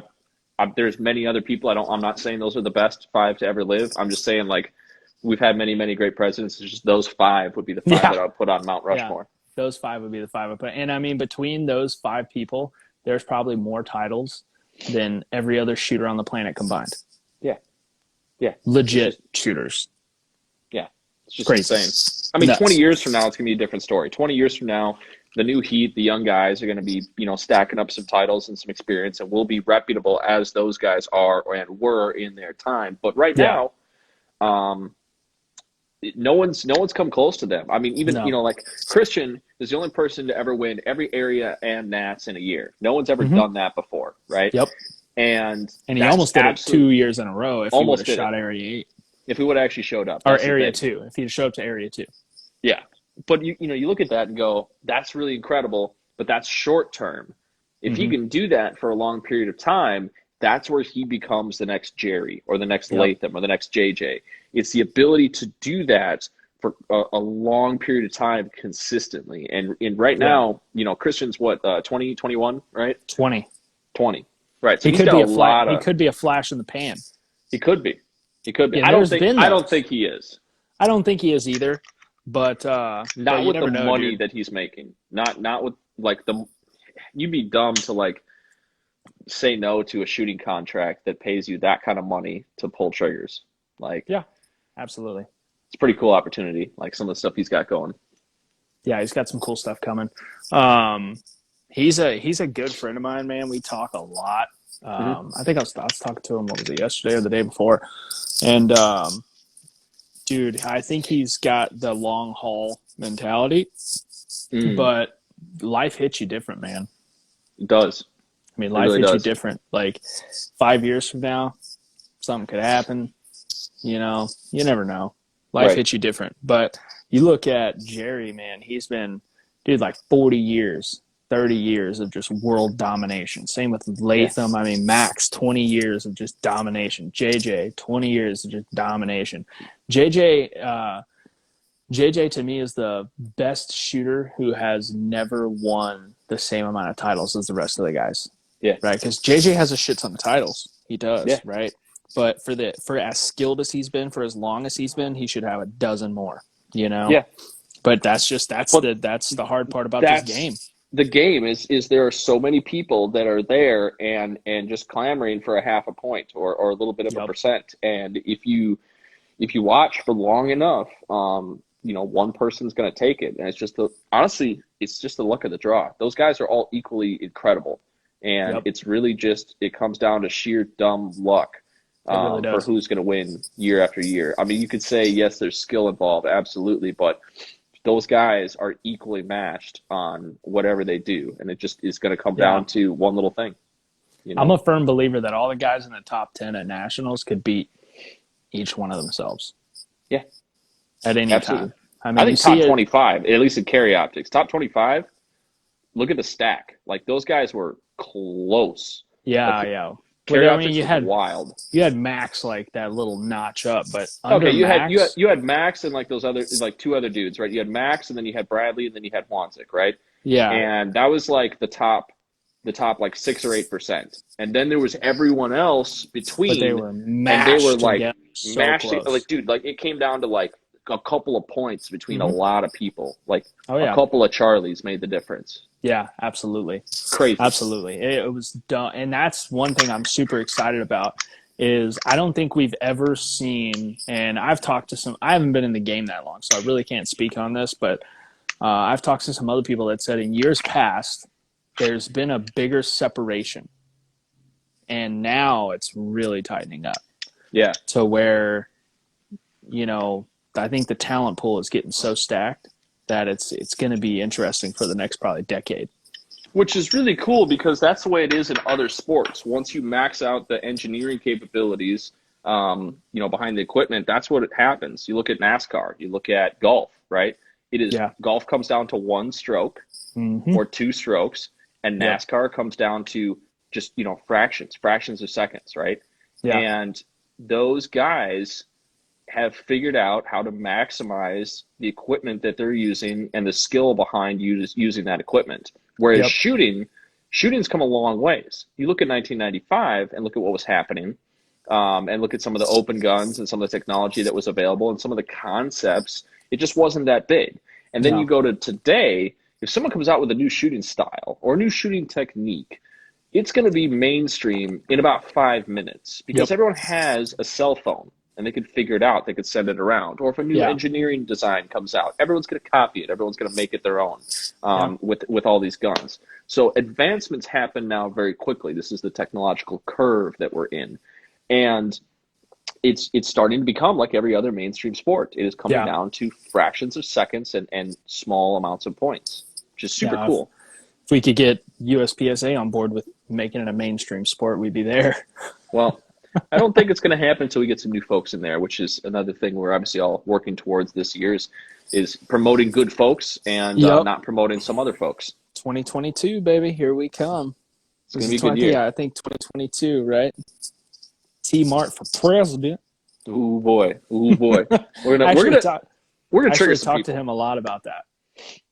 After you said it, I was like, hold on, let me call him up. And we had a 2.5 hour phone conversation about it. Yeah. And I was like, I am on board. Like, well, and let's figure it out. He's making it happen. He's now section coordinator, section director or whatever for his state. Yeah. And his goal is to take over, area. Yep. And just keep on going from there, NROI and all of that good stuff. And honestly, that's what it comes down to is like, you have to be, you got to get in it. You got to get into politics to have a name and to have a voice and all that good stuff. But you got to be ruthless if you want to go and take that. And I do genuinely see some things with him specifically where he could take the presidency, even though he's not as highly esteemed as some other folks that have been in the politics of the game this long. Yeah, he is legitimately, in my mind, the Donald Trump of potential USPSA presidents. He's the dude who's going to go in there and shake it up and say some crazy stuff, but he's going to make some shit happen. Oh yeah, right? and he will too. Honestly, I think if he really like steps in, it's gonna happen. Because Yeah. I know, like, listen, there's been some great things happen for the sport, right? I'm Mm. not saying the past 3 years I've been in it has been garbage water, because it hasn't, right? Right. But there's been a lot of garbage water shit as well that's not happening, right? Yeah. Especially with the access that we have nowadays. Look at what we're doing right now, Yeah. right? Look at what we're doing right now. We're having a Yeah. conversation that collectively probably a couple hundred people are going to have watched, Yeah. and then another 700 or 800 people are going to listen to later. All right. It's pretty cool. Well, yeah, it's super cool, right? Well, why can't this be something normal, right? Why can't we do this with a match? Right. How hard is this? No, it's not that hard. It's not. It's not that hard. Yeah. It's really not. And with the access to streaming services nowadays, now granted, it's got a little weird in the last couple of weeks, but still a thing, right? Yeah. Still a possibility. And there will always be ways, no matter how much is shut down or suppressed or, monetized this and that and the other thing. Yeah. There's always going to be a way. There's always going to be a way to get the word out. I mean, seriously, Always. like, look at people figured out how to ride across snow-covered mountains to carry parcels of physical mail back in the day to get information across to people. We figured out how to communicate in wars with Morse code by just smashing it and closing two contacts on a wire, right? And just making beeps, right? We figured all this stuff out. We trained freaking pigeons to carry rolled up pieces of paper and give intel, right? People communicate with smoke signals. We're always going to find a way to communicate. Yeah. And no matter what is shut down, I do believe in people. Now it's easier than ever. It's easier than ever. Yeah. I mean, maybe not the pigeons part of it. I don't know how to train pigeons, but I can definitely stream on Instagram. Dude, we can find Mike Tyson. Mike Tyson knows how to do all that shit. Oh, yeah, for sure. Mike Tyson's a huge pigeon guy. Yeah, he's got tigers and pigeons and all sorts of shit, man. Yeah, that guy's legit. That guy's the epitome of just an animal. I listen to primetime Mike Tyson. I get fired up, dude. Yeah. I get fired up because I'm like, I don't know how to say this without sounding like a douche. If you ever shoot with me, I am fun to shoot with, right? I don't get riled up. I don't get I'm not a super emotional shooter, right? But in my head, right here, I'm a fucking animal. The thoughts that go through my head. You gotta be a savage. Thank God I don't say them out loud, because some of the shit that I would say out loud, people would be like, and what see, that the hell? Is why I like squatting with Tyler, because Tyler will say that shit out loud. Tyler will say that shit out loud. And he don't give a shit what people think about it. No, somebody I'm competing with will do something, and I see it. Because I'm a very cognitive shooter. Yeah. I'm very methodical. I'm always thinking, right? I'm actually, while my competitor's shooting, I'm scoring him as he's going, and I'm thinking of how to, I'll see someone take a misstep, and I'm like, there's a quarter of a hit factor, right? If I just hit my marks, I don't have to do anything special, but if I just hit my marks and I just shoot my game, I'm going to be X amount better, right? Yep. And but if I see someone fumble, in my head, I'm like, oh, you're fucked. I'm a fucking animal. I'm going to eat you alive. I'll eat your children. Yeah, I go Mike Tyson in my head. But Tyler will actually say that shit to you. You'll get done with the stage and you'll have a bad reload or something. He's like, man, you fucked that up. He's like, you're a fucking idiot. You're an idiot. People like that. People think that's refreshing because no one does that these days. No, everything is suppressed. Every time you try to say something online, people get all offended and they cry and they go and complain and stuff. Sometimes people just need to hear the truth. Right. Yep. And I'm all for that. Right. I'm all for that. Yeah. If you want to come up to me after I shoot a stage and go, hey, bro, I like what you did over there, but that was fucking stupid what you did over there. I'll be like, huh, okay, got it, Roger that. Cool. Because a lot of people are like, oh, don't tell me that. You can't tell me how to live my life. You can't. I'm a better shooter than you. All that stuff. They get all emotional. Right. Yeah, they get butthurt. Yes, but that's why I have certain people I shoot with and certain people I just don't, right? Because the guys I shoot with, my close shooting buddies that we shoot every match together type people, we do that to each other. If I see them do something that I know is hurting them, and when they get done shooting, when they're reloading, I'm like, hey man, let's just let's look at this. Let's go ahead and stop doing dumb shit. Let's do the right stuff. We've worked on this. We've talked about this, X, Y, and Z, right? Yeah. Don't drop step here, lead foot pivot. You're losing a half a second there. It's not a hard lean. It's not a hard exit. You don't have to drop step every time you want to move, right? Yeah. And they'll do the same thing to me, They'll do the same thing to me. If I shoot a stage and they're like, hey, you could have blended these two targets into this array and you didn't do it, like, that was stupid. Why'd you do that? That right there gave away a half a second. That was dumb. And we play well with each other like that. But we also give each other a mountain of shit. I hope you get Tourette's so you make Steiner cry. Oh man, dude, I'm so excited for A3. It's gonna be a fun match. Oh, bro, I'm looking forward to it because it's just a shit show match. Like nowhere else in the world are you going to go to a USPSA match and have to think about things like parkour, right? Yeah. Like it's just for real though. Like, come on, bro. Like it is the dumbest freaking shit out there. But I can't wait. It's and fun. This is supposed to be the 12 hated stages. I cannot wait to see how that turns out. This is going to be. What's your prediction about what is one stage that you're like, I know this is going to be a thing? Like what's the dumb thing? Because you've shot it more than I have. I've only shot it once. I've shot two. One of the stages that I know they're probably going to have is the tractor tire stage that everybody, unless they're worried about people getting hurt, because that was a dangerous stage. The what? They had tractor tires, right? Not normal tires that you jump in and have to shoot out. Tractor tires. So like 2-foot tire, right? On its side, 2 foot tall. You had to jump in, shoot, and jump out of. Oh, I'm going to eat that stage for breakfast, bro. I'll box jump that for days. Oh, I can't wait because I'm going to fuck some people's worlds up on that thing, right? Oh, yeah. I'm athletic enough to get in and out of that tire, but a lot of people aren't, right? We're going to be fine. Yeah. But the other 95% of people are going to hate their life. See, right? I'm the goofball that box jumped that plank stage where you had to jump up on the platform, like the dock, and then like shoot under the wall or whatever. Yeah. I just box jumped it and shot the open targets and then dropped it prone and shot the rest of it. Yeah, I actually went shot it all prone, but I went 2 positions, just 2 easy positions. I went down, shot, slid, shot. Yeah.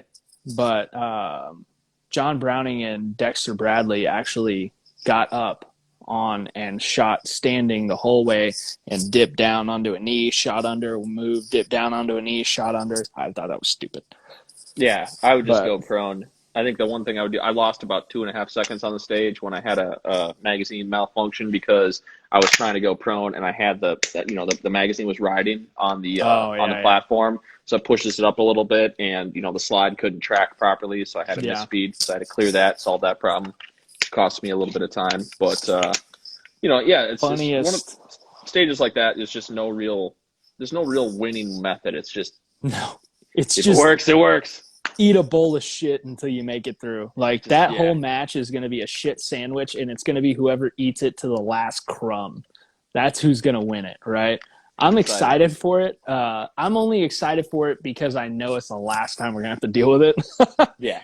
But like 2019, I shot Area 3, and I was like, man, it was cool, but I don't think I'll ever do it again. And then my buddy Chase was like, I'm going to shoot Area 3. Don't leave me alone, dick. Come with me. I was like, all right, bet. Now I'm just like, after 2020, I ate the biggest shit sandwich you've ever seen at Nationals. Nothing could be that bad. After Nationals, I'm convinced I cannot have a worse match, right?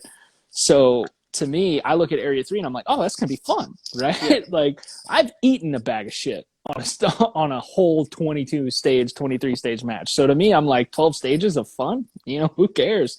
Let's go. See, part of that mentality is really good and part of it's not. The part of it that's super good is knowing that, and proving yourself that you will never be that shitty again. But the other part too is if you don't really own that mental position and really like believe in that, you're going to have another bad match, right? So it's just about seeing an overall shitty performance and understanding that you will never have an overall shitty performance again. You may have a bad stage or you may have a poor target array or something like that, but you will never suck overall as bad as you sucked that. And if you can get that mentality right, man, you can get out there and crush it. Because that's where I started improving. When I started not dwelling on shitty stages or a shitty target array, because I used to carry that into the next stage, and then it would spiral and it would tumble and it would be the whole match, right? Now, if I have a mic or I shoot a delta or I drop a magazine, something like that happens, pick it up, keep shooting, right? Finish the stage out, go right, and then go sit on a bag of ice and figure out what you're gonna do next. It's fucking over. You don't get to take back those shots. It's done. Nationals wasn't bad for me performance wise. When I shot fan-fucking-tastic. It was an equipment issue. It was my ammo. My swage rod on my press worked its way up and widened all my primer pockets for all 750 rounds I brought to nationals. So you didn't realize that, like, as you were loading, or like, did check any of that shit? Dude, it didn't look off because it was just a little too wide, and I used those shell shot cases. It widened the primers were seated all the same. But they couldn't take the pressure. So it was case primer, case primer, case primer, case primer. My primers were blowing out of the back of it. It's so bad that it actually broke one of my firing pins. The pressure broke a firing pin on one of the stages. Yeah. Whoa. Yeah. 155 point field course, broke a firing pin, 2 targets in, 0 the stage. Another primer came out on a medium course, like 120 point stage, got caught between the feed ramp and the slide and locked the gun up. Like I zeroed 2 over 100 point stages, and then I only had, out of the 22 stages, 18 of them I was racking my gun at least 4 or 5 times. That is not what you want. Miserable, bro. To the point where people were like, dude, like, we can all piece together some 9 major for you to get through this. Like, I had like 12 or 16 shooters. Like, we're all shooting 9 major. We'll just toss a bunch of ammo in the bucket so you can go. And the MD was like, no, like, you can't have that many different kinds of ammo. The amount of chronoing you would have to do alone would be retarded. Yeah, you'd have to be sitting at the chrono station with everyone on the squad's boxes. I know. So I was like, you know what? At that point, I'd already zeroed 2 stages. And I was like, I'm out of it, right? You can't zero 2 stages. You could zero a stage of nationals and still be in the hunt. Zero 2 stages. Luigi did. Yeah. Luigi zeroed a freaking stage at CO Nats and was top 5 or something. Yeah. But you zero 200 some odd point stages, it's probably over, right? Yeah. And I was already eating shit on a lot of the other stages. So I was like, you know what? I'm just going to fight through it. But yeah, so after that, Area 3 doesn't seem so bad. Dealing with a few props. But funny part about Area 3 this year is, you remember that laydown stage we were talking about, where you can go prone? So walking up to that, I asked the match director, I said, hey, dude, like, my front pouch is like on the front of me, right? I know you're not allowed to alter your belt unless deemed by the MD. Like, if the match director says, yes, you can alter your belt to avoid equipment damage, unnecessary equipment damage, you can alter your belt. Is that effective here? Right? I knew the rules. Steiner didn't. Steiner was first up or second up on the stage. Well, when I'm still talking to the MD about this, Steiner goes and shoots, breaks one of his brand new pouch. Or no, he's walking the stage. He's walking the stage and breaks a front mag pouch off. And as soon as he breaks it off, he turns around and he's like pissed, right? He's like, I broke a damn pouch. The match director looks at me and goes, yeah, bro, you can take your pouch off.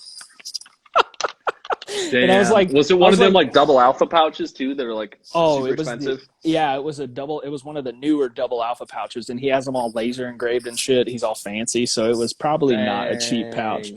Yes, whereas mine are the Safariland pouches. They just pop out of their little. They have the little.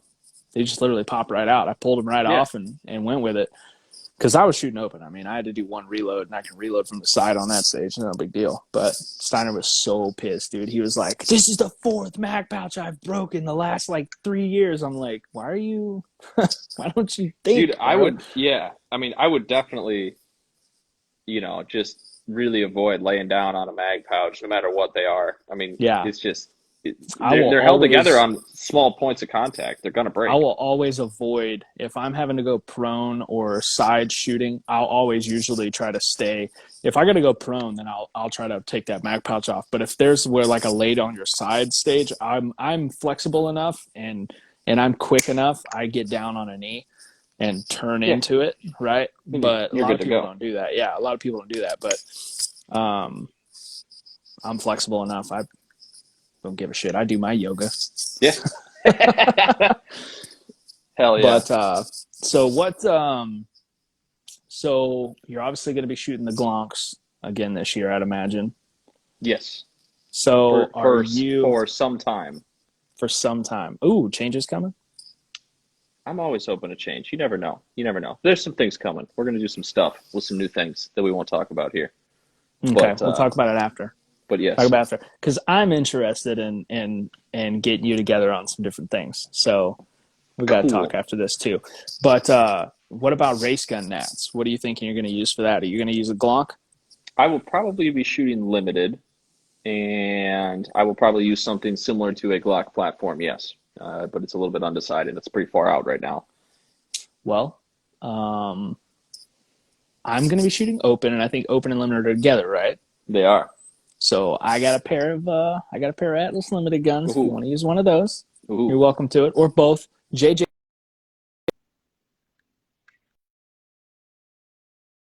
Yep, you're good. Sorry. JJ actually won 2018 and 2019 Nats with an Atlas. Ooh. Limited gun. So there we go. There we go. Is what it is. So last two 2011s to win Nats was an Atlas. We won't talk about the SIG that won this year, but hey. Dude, I love that though. They're like, he came out just swinging in one limb Nats with a freaking SIG. It was so out of ballsy, bro. No one saw that coming. No, I was actually congratulating John Browning on winning, like giving him a big hug. I was all excited for him whenever we found out Mason won. I was like, ooh, I feel like an asshole. Yeah. But God, dude, the guy's an animal. Just an absolute animal. Now, granted, it's a custom, like probably that gun's got to be $4 or $5 grand. Yeah. It's a one-off, Gray Guns 40 320 platform.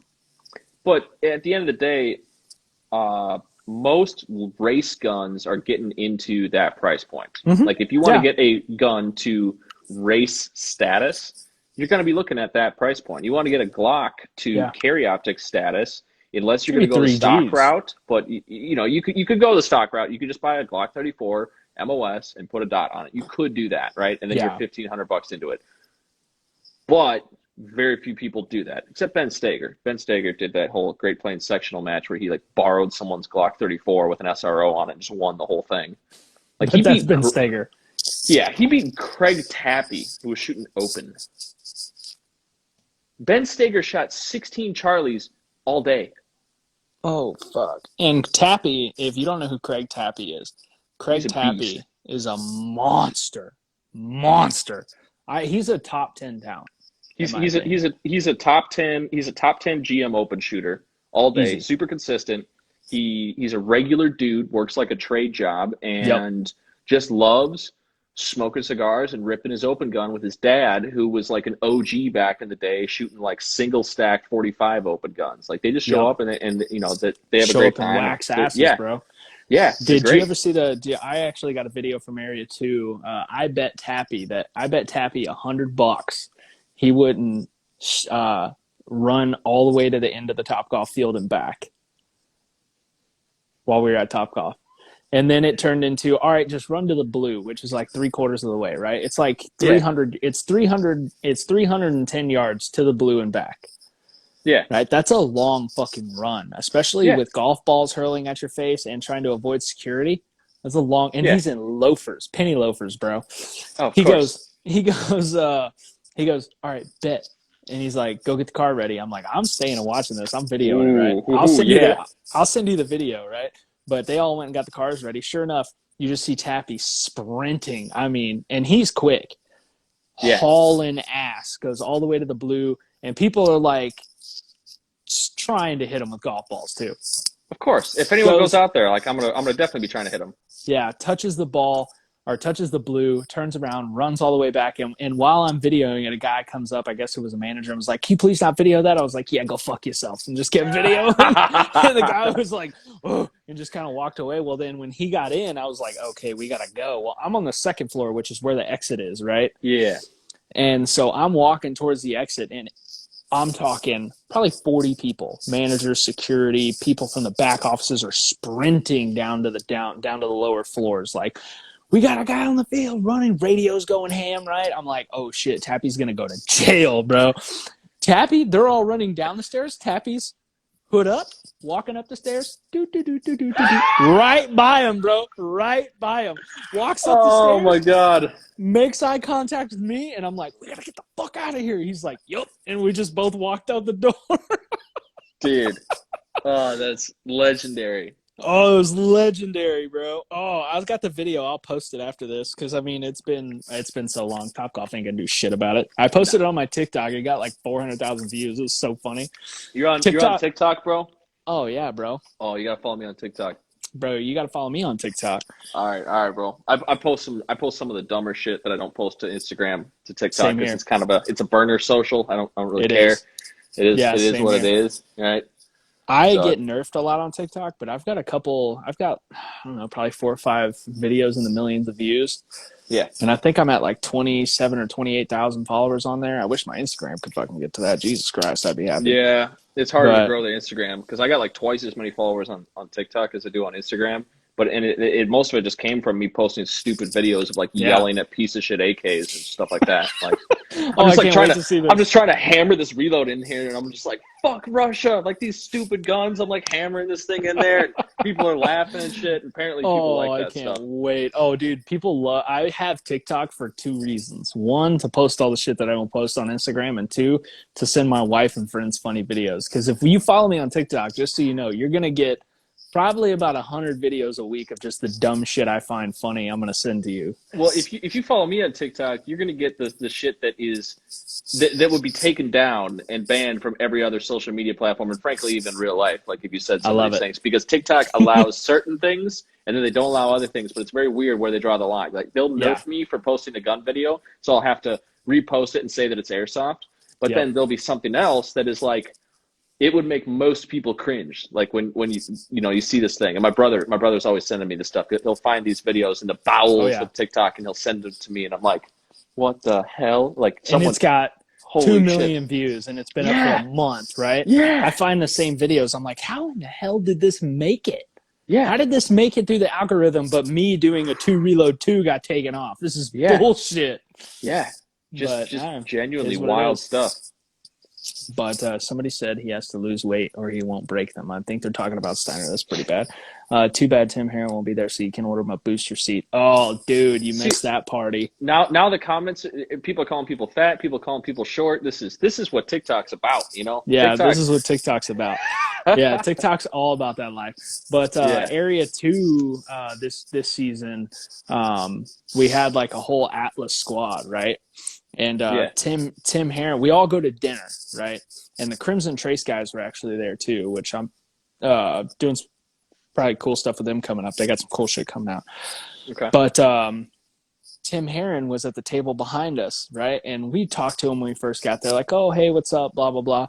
Well, then he just started ignoring us, and I was like, oh, I'm going to get him to fucking talk to us. So I told the waitress, I was like, grab a booster seat, take it to that man behind me, and say, sir, I thought this would be of benefit to you.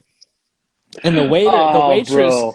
One of our waitress was like, you're trying to get me fired. There's no way I'm doing that. So then the manager overheard it, and she was cool as shit. She comes over, she's probably in her 50s, right? She's like a part owner in the restaurant or some shit, but she manages it. She walks up and goes, that's fucking hilarious. I'm so in. I was like, bet. I was like, handed her the thing. She was like, which table? She was like, oh, that little guy right there? The short guy. Yeah, so she grabs and his wife and his best friend and her wife are there, right? They're all 4 at a table eating, and the manager comes up and says, excuse me, sir, I'm the manager. I just thought you look like you might have needed this, and then pulls a booster seat out from behind her back. Oh, and there's 15 of us at a table. He makes direct eye contact with me and goes, fuck you. I was like, how'd you know it was me? He was like, because I know you. Man. Oh, it was so funny, bro. Oh, man. For all I got the that people, video, too. For all the people listening to this is what USPSA is about. It's not about, well, it's partially. It's not about shooting. It's not about, performing and stuff like that. It's about the fun and dumb shit that we do on the sidelines and after the match and in the hotel rooms and in the bowling alley parking lots and stuff. That's what USPSA is about to me, because we have a good time. Oh yeah, dude, it's so fun. Like the Hunters HD Gold guy's on here. He said, rock and roll guys. That guy is a party, bro. Have you met him? Brian? Yeah. Dude, it's good party, stuff. Bro. Party to be around. We, first time I ever went out with that guy was in Houston after, I think, Henry Cup 2 or something. No, it was maybe Henry Cup 1. He was actually one of my first, like, I guess, notable sponsors. It was Area 4 of 2019, I think. Maybe it was Area 4. Maybe it was Henry Cup. I don't know. But yeah, he's saying keep his secrets. Don't talk shit. Keep my secrets. Yeah, I will. But it was funny because he was like, hey, try my glasses out. And he actually let me wear a pair for the whole match. And I was like, these are the titties, right? So then I was like, man, I'd love to get some glasses. And he was like, well, I watched you shoot. You know, you're pretty good. He was like, you look like you're fun to be around. Why don't you just shoot for me? And I was like, oh, shit. And like one of my early sponsors, right? And I was like, oh, shit, I got a sponsor, right? That was so cool. And then he's been probably the best, one of, if not the best dudes I've ever met in this sport. So genuine, so good. But I won't tell your secrets. It was Henry's Cup. See, he remembers. I won't tell his secrets, but you got to party with that guy. You just got to hang out with him. He's so fun to be around. Go to a dinner with him, and you'll be like, okay, yeah, I can fuck with this guy forever. I like it. Yeah, like, he's awesome to be around. You heard it, Brian. Trevor's setting it up. We're all getting dinner together. That's for sure. Oh, and actually, I want to say, Brian, if you're on here, if you're listening to this, you gave me a recommendation when I was at Nationals for these little inserts that you had that you got from these people that were there, and they plug your AirPods into your. Yeah, they turn your AirPods into like actual hearing protection. It's these custom inserts, and I love them. I just got them recently, and now I have active noise cancellation and full protection with my AirPod Pros, which is great, and it's also bad at the same time because some people figured out like what's going on there, right?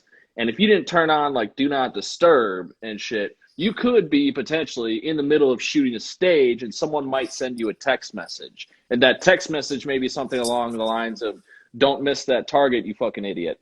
Which did happen because I was at a match and I'm getting ready, right? It's a little indoor local match, whatever. Noah's standing behind me. I got these things on. I'm good to go, right? I draw the gun and Siri goes, text message from Noah Goodrich. Don't miss. And I'm like, you motherfucker. God damn it. Bro, what are those? I've never even heard of those.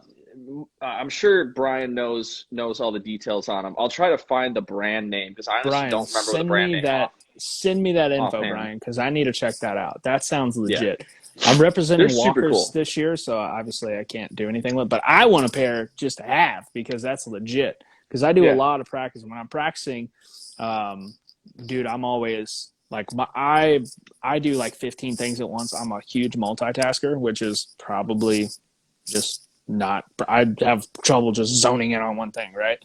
So while I'm practicing, I'm practicing, I'm listening to music, or I'll take phone calls and whatever, like in the middle of it. It's awesome. They Are by Scott. That is at all the matches as well. I got to check that out. That sounds cool as shit. Yeah, they're super cool. I'm a big fan of them. I like listening to music. I don't have AirPod Pros, but that gives me a good reason to. Yes, I would highly recommend them because I use these things. I bought these AirPods not too long ago, and I use them all the time because now with the company, with work being pretty much all remote, you know, my main job and stuff, social media stuff like this, I just always have them in. I'm always plugged in, and it's so nice to be able to just, pop one of them in, pop one of them out or whatever. If I'm driving and I got to take a call, right, my phone's ringing or whatever, throw one of them in there, good to go, hands-free, all that good stuff. And then I can listen to jazz while I'm out there shooting and practicing, which is just super cool. Yeah. I love doing that.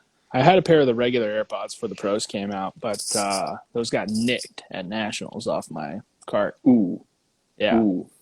Yeah. So, and my tape gun and my AirPods got nicked at Nats. That's the second year in a row that a tape gun got nicked from me. But the AirPods hurt. I didn't realize it was at the range. This is why, for you people listening to steal shit like that, not saying that anyone in here does, but this is why people don't want to paste, right? Because you can't have nice things. Your things get taken. It's why I don't bring a paster gun to matches, right? Yeah. And whoever has my paster gun, you some bitches, if you're listening to this, I know for a fact my name's on that thing in like 50 different spots. So if anyone ever sees a tape gun with TC on it, TC in like 80 different spots, punch that guy in the mouth and then bring my tape gun back. I'll give I'll give you $100 bill crisp just for bringing it back to me. I don't even care. The other thing too, but you got to take a picture of the guy on the dirt. I love this. We're putting a bounty on his head. Putting a bounty on his head. We'll make it an Instagram challenge. Yeah, IG challenge. Find my tape gun, kill the guy doing it. So I don't know how to use a tape gun personally. I always struggle with aiming. But my buddy Timmy, he's got a red dot on his tape gun. He got a vortex on his tape gun. And that thing is real easy. Yeah, he's got a riser on it, a 3D printed riser and everything. It's super cool. It will mounts it to a piece of Picatinny. So dude, I can come rolling into an array of targets with that pacer gun and be like click click click click click. Like it's fantastic. So if you give me a pacer gun with a red dot on it, I'm going to town. I'm pasting all the targets. I'm gonna get my footwork practice in for the day. Hell yeah, yeah.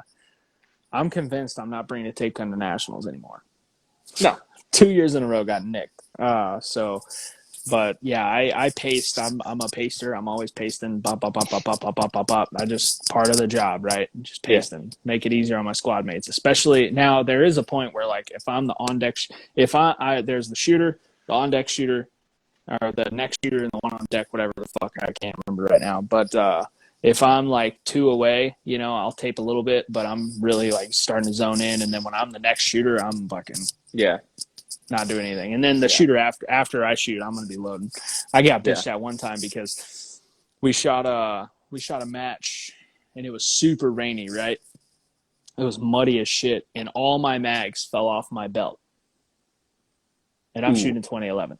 Ooh. Right? I came around a wall and caught all my mags on that wall, and they all fell in the mud. So I'm sitting over there for like 6 shooters, right, just cleaning the shit out of these things. And one guy was like, "Man, you're not pasting much." And I was just like, looked at him, and then I looked down at all the mud-soaked mags, and I looked back at him, and I was like, you know what? Fuck you. Just went back to cleaning the mags. In a joking way, obviously, but he was just like, he was like, "What are you doing? You're not taping." I was like, "I am dealing with about 14 pounds of shit over here. Leave me alone." Yeah. Man, I'm about 91% masterclass right now, so I got about 4% to go before I no longer have to pace targets. I'm super excited for that. Once I get that GM status, no more pacing for this guy. That's part of it. Sitting it out. When you get your GM card on it, it says exempted from taping, or at least it has to, because that's typically the case. Yep. I'm gonna bring one of them lawn chairs. I'm gonna pop that bitch out there. I'm sitting there. I don't clean mags. I'm gonna pretend to clean mags or some shit.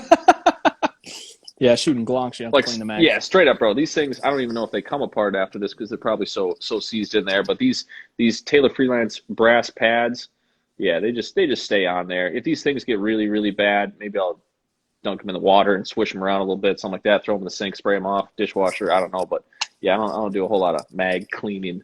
Lucky. MB Prez, STI's king. Okay, this guy's joking because he said that on one of my posts. I'd sooner shoot a glonk. He's probably drinking heavily. Probably. In order to come to that conclusion, you must be inebriated. Yeah, you must be extremely drunk. Yes. Or high. Maybe on mushrooms. Probably. I don't know. Could be. Highly likely. Highly likely. But yeah, I'm excited for this season, dude. There's a lot of cool shit coming up. Your training classes are going to be dope. Your training company comes out, you said Sunday? Sunday, the website is launching, and we hope to have a class scheduled here within the next month. Well, let me know. We'll have more info on that. I will. Yeah. We'll get together after this. I'll probably call you tomorrow or something. Yeah. It's a little late, but I'll probably call you tomorrow to have that longer conversation. But yeah, I definitely want to get involved somehow. Yeah, man, I'd love to have you involved in it, and like I said, this thing that I'm building, it's way bigger than me. It's not just me, and I want other people to be able to use this platform, whether it's in a training essence, whether they're a customer, whether they're a client. We built this platform to be modular and nationwide, so I really think it does have a lot of scaling potential, and we can do a lot of stuff with it. It's the reason I wasn't very specific when I said, what we teach. I say what I teach, but I have some other guys, some other contractors working for the company, and there will be more as time goes on. And I really want individuals to be able to teach their disciplines, their practices, and I want to be able to highlight individual skills. And when you look at our company values, when you look at our core values, we're growth oriented. That's one of the big things about this company. We're definitely growth oriented, but we invest in our people.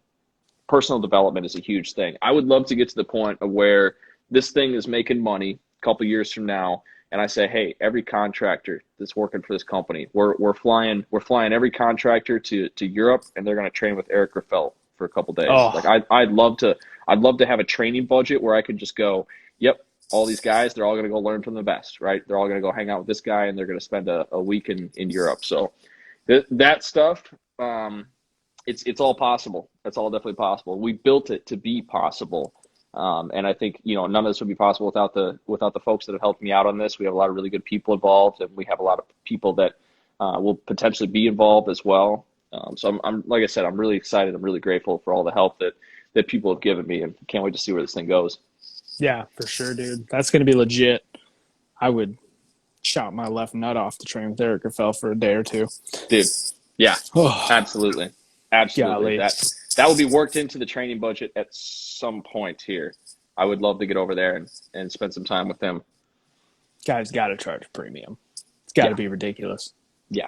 I don't know what the number is, but it's got to be up there. Rightfully so. I'm going to ask JJ, see what that is. Yeah, I know JJ trains with him every chance he gets. That says something. Yeah. JJ was telling me, though, that, like, Eric Raffel, he told me a story that Eric Raffel, one time this guy kept, like, I guess he wasn't engaging an array right.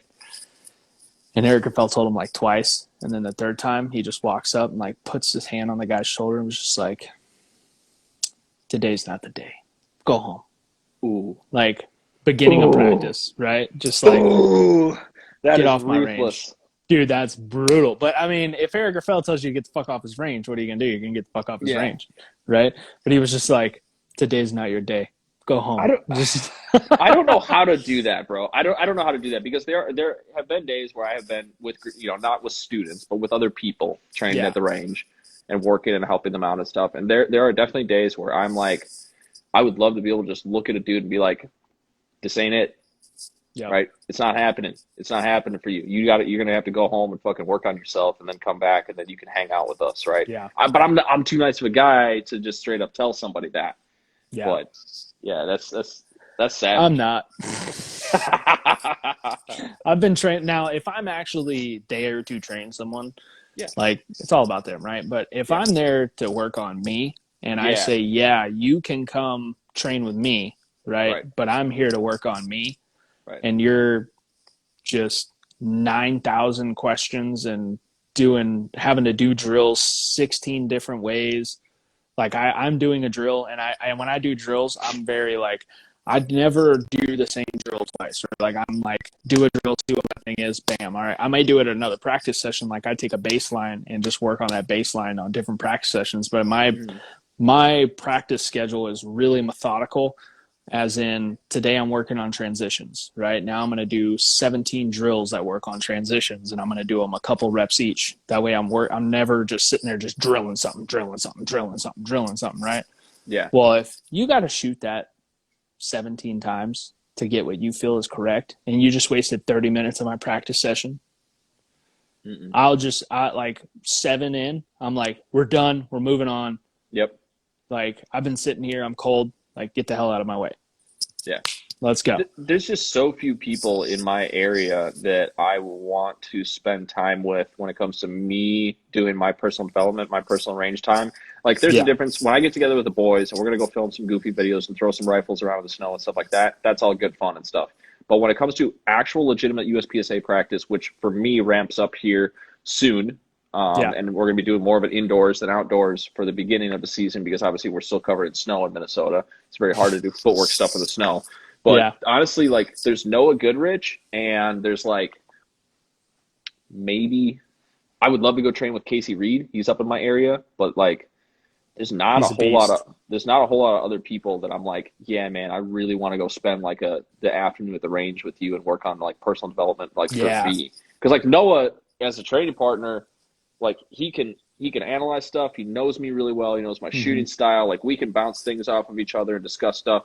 That's super great to have that training partner that's locked in. But yeah, if it's like we're going to work on personal development stuff and like some guys are coming with and somebody can't keep up with that stuff, we just realize we're scrapping it. It ain't happening. Yeah, I did. When I was in Midland, I had 4 or 5 dudes, two main ones that I trained with a lot, right? But like 4 or 5 dudes that were quality training partners. And then I had, a couple other ones that were like, yeah, man, I'd love to come to the range and train with you a little bit. And I'm like, yeah, all right, we'll give it a shot. And like, I'll tell them, like, this was a one and done type thing, bro. Like, I don't mean to be rude, but we spent, like, this should have been an hour and a half, and this turned into 3 hours, 2 hours. What 2 hours of it was me talking to you or you talking to me. Right. Yeah. Not what I'm here for, right? I got a wife at home. I'm trying to go get laid, right? I'm You not got trying to better sit here things to with you. do. Yeah, I'm not trying to sit here with you until 8:30 at night, right? I just worked all day, not interested. But speaking of working late at night and shooting, Tanpo Tim Dundry, right? yep. So Tim's one of those dudes that I love practicing with that man. I love doing it because we got very different shooting styles, but we're both very good at one or the other things, and it kind of balances each other out. So he likes to, in the summertime, he gets off of work, and we go to the range at night, and they got stadium lights at his range. So we crank up the lights. We get we lay the targets out and shit, and we practice until like 10 p.m. That is good stuff. I love going to the range with Timmy and working on that stuff. That'd be legit. I like the idea of having the stadium lights. Yeah. But man, we're going on 2 hours. So before we get off, we've talked about the training company. Now let's talk about some of your sponsors. Who are some of your sponsors that you're repping this year? Yeah, so I want to do like an official announcement of everybody, just so I can cover everybody and I'm not missing anyone. But the biggest new partner that I have this year that I'm going to be working with is DC Precision. They're going to be building me, Dave at DC Precision is going to be building me my guns for the competition season. Different guns, different divisions. There's going to be lots of cool stuff happening there. I'll get into more details as some of that stuff starts to come out and I get some guns in my hands for everything. But that's the newest one that I'm super, super excited about because I see huge growth potential with He's him doing some cool stuff company. over there, dude. Yeah. So I do see him as being a huge opportunity for growth for myself, for him, for his company, for all of us that are involved. We got a really great team of shooters over there. Noah Goodrich shoots for him. So it's really cool to just be, and Tyler's involved over there as well.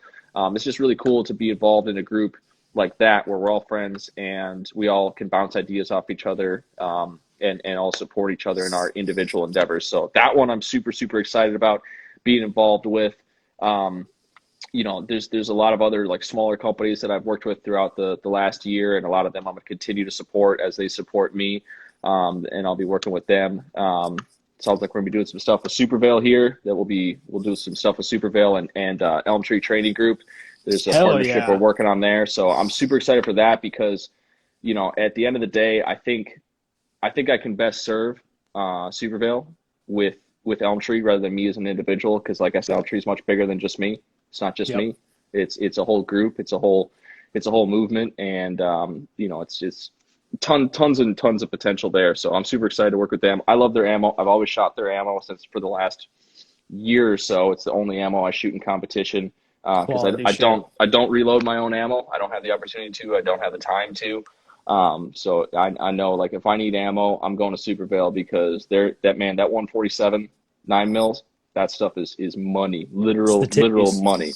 I love it. So I'm super excited about working with them and potential relationships there that can grow. But yeah, guns and ammo. I mean, that's the main ones, guys. Everybody needs guns and ammo in order to be able to do this thing. Targets is another cool one. I've been working with Action Target for a little over a year now. They provide me targets, which is I'm very, very grateful for because obviously you need things to put holes in, and those guys make a lot of targets. So it's really cool to be able to be supported by them and have targets to put holes in. They make some really cool steel target systems. I'm working on putting together a plate rack from them right now. I got some poppers, and they send me lots of boxes of paper targets. So super grateful for that. And the rest of them. So the way I'm doing it this year, and like I said, we're going to announce more and more of the stuff as the company, as the website launches and stuff on Sunday. But the way we're doing it is all my partnerships are going through my company rather than me. They're going to support the company. And obviously I'm the face of the company, the leader of the company. So that stuff does support me, but the the partnership that people are entering is with my training company. It's with something that's bigger than just me. Run Gun Apparel, or Run Gun Industries now.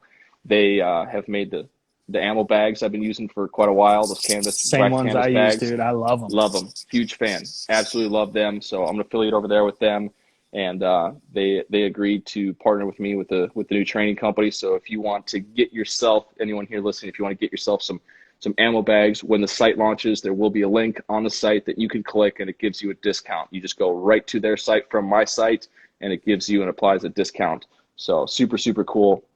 Excited to be working with them. Working with a local gun range as well, Stock and Barrel Gun Club in Chanhassen. That is going to be the spot where I do all of my indoor training and practice sessions with Noah Goodrich. He and myself and Tanfo Timmy now as well. We all partner with the range, so that's going to be a big one.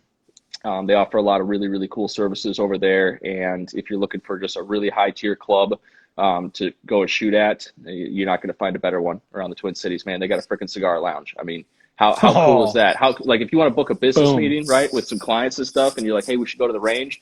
People are like, oh, okay, cool, we'll go to the range. You're like, but wait, there's more. You can go to the range, and then we can break into the conference room and have catered lunch in there. Then we can go back out to the range. Then we can go hit the cigar lounge in the Caliber Club and smoke some cigars. I mean, that is a cool place to entertain guests and a really cool place to train as well. And they host indoor league matches, so we can keep up with our USPSA skills in the off season. So great folks over there. Love what they're doing, and really, really, like I said, top tier indoor gun range. Love them. So yeah, well, like I said, we'll have the announcements over the coming weeks of all of our industry partners, and lots more information to come about Elm Tree. That's badass, dude. That's super sick. I can't wait. I'm super excited. I'm pumped for you. I think it's going to be a breath of fresh air to the industry, personally, for me, because like I said, there's either really top tier trainers or some tactical companies, right? But there's no groups, right? There's no legit group that is out there doing what you're doing. So I'm excited to see it. And I took some notes from Ben Stager, with his training company.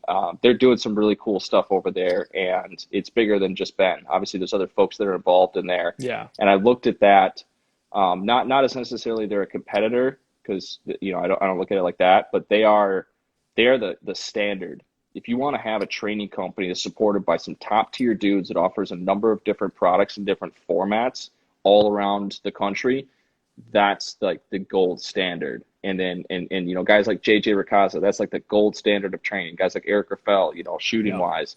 I've tried to model a lot of this after these guys, and I'll always ping people, always ping off of people. I'm never like, this is my technique, I invented this technique, and you can never say that you learned it from someone else. No, if I learned a technique from somebody, JJ did that. When I took JJ's class, he's like, I'm gonna ping Latham on this one. Latham does this. I'm gonna ping Eric Raffel on this one. He does this. I'll always give credit where credit is due. It's just, the only reason you would take a class from me versus some of those guys that I'm going to ping is opportunity, access, right? And a different perspective. So yeah, absolutely. That's legit as hell, dude. Like I said, I can't wait. I'm excited. Pumped. It's going to be legit, man. It's going to be legit as hell. But I think we'll go ahead and wrap it up there. We got to do another one of these, though. I think we got to do a part 2 to this. I think after the company launches, we need to do another one of these. I love it. Let's definitely do that. We should do an A3 podcast as well, where we get together in the hotel room. Dude, yes. Do an A3 podcast. Boom. And that'll be easy because we'll all be there. Everybody's there. Oh, dude. Yeah. It could get rowdy. Genius idea. It's going to get rowdy as hell. Oh, right? Yeah. It could either be amazing or it's going to be a total shit show. Yeah. But either way, we're doing an A3 podcast. Let's lock it in now. We're all going to be there. We need to get together and find out how to be in the same hotel. I'll be in probably a Hilton. I don't know where you'll be. Probably a Hilton. That's where I got the points. Dope. We'll all try to get together. But didn't you stay at a Marriott last time? I did. But that's only because I let Chase book the hotel room. Oh, well, don't ever do that. No. Don't ever do that. Yeah. He puts you in the shittiest spots. Yes. Well, we were in a pretty shitty hotel. I thought it was going to be good, but didn't turn out that. But yeah, more planning. More or better execution this year. I think we're going to make A3 a blast. I'm going to take a good day off the front end and a day off the back end for recovery and mental preparation and all that good stuff, because it is going to be a shit show. But I'm excited. It's going to be amazing. I cannot wait. But, brother, thank you again for coming on. This has been probably my favorite episode I've ever done, for sure. Well, thank you for having me.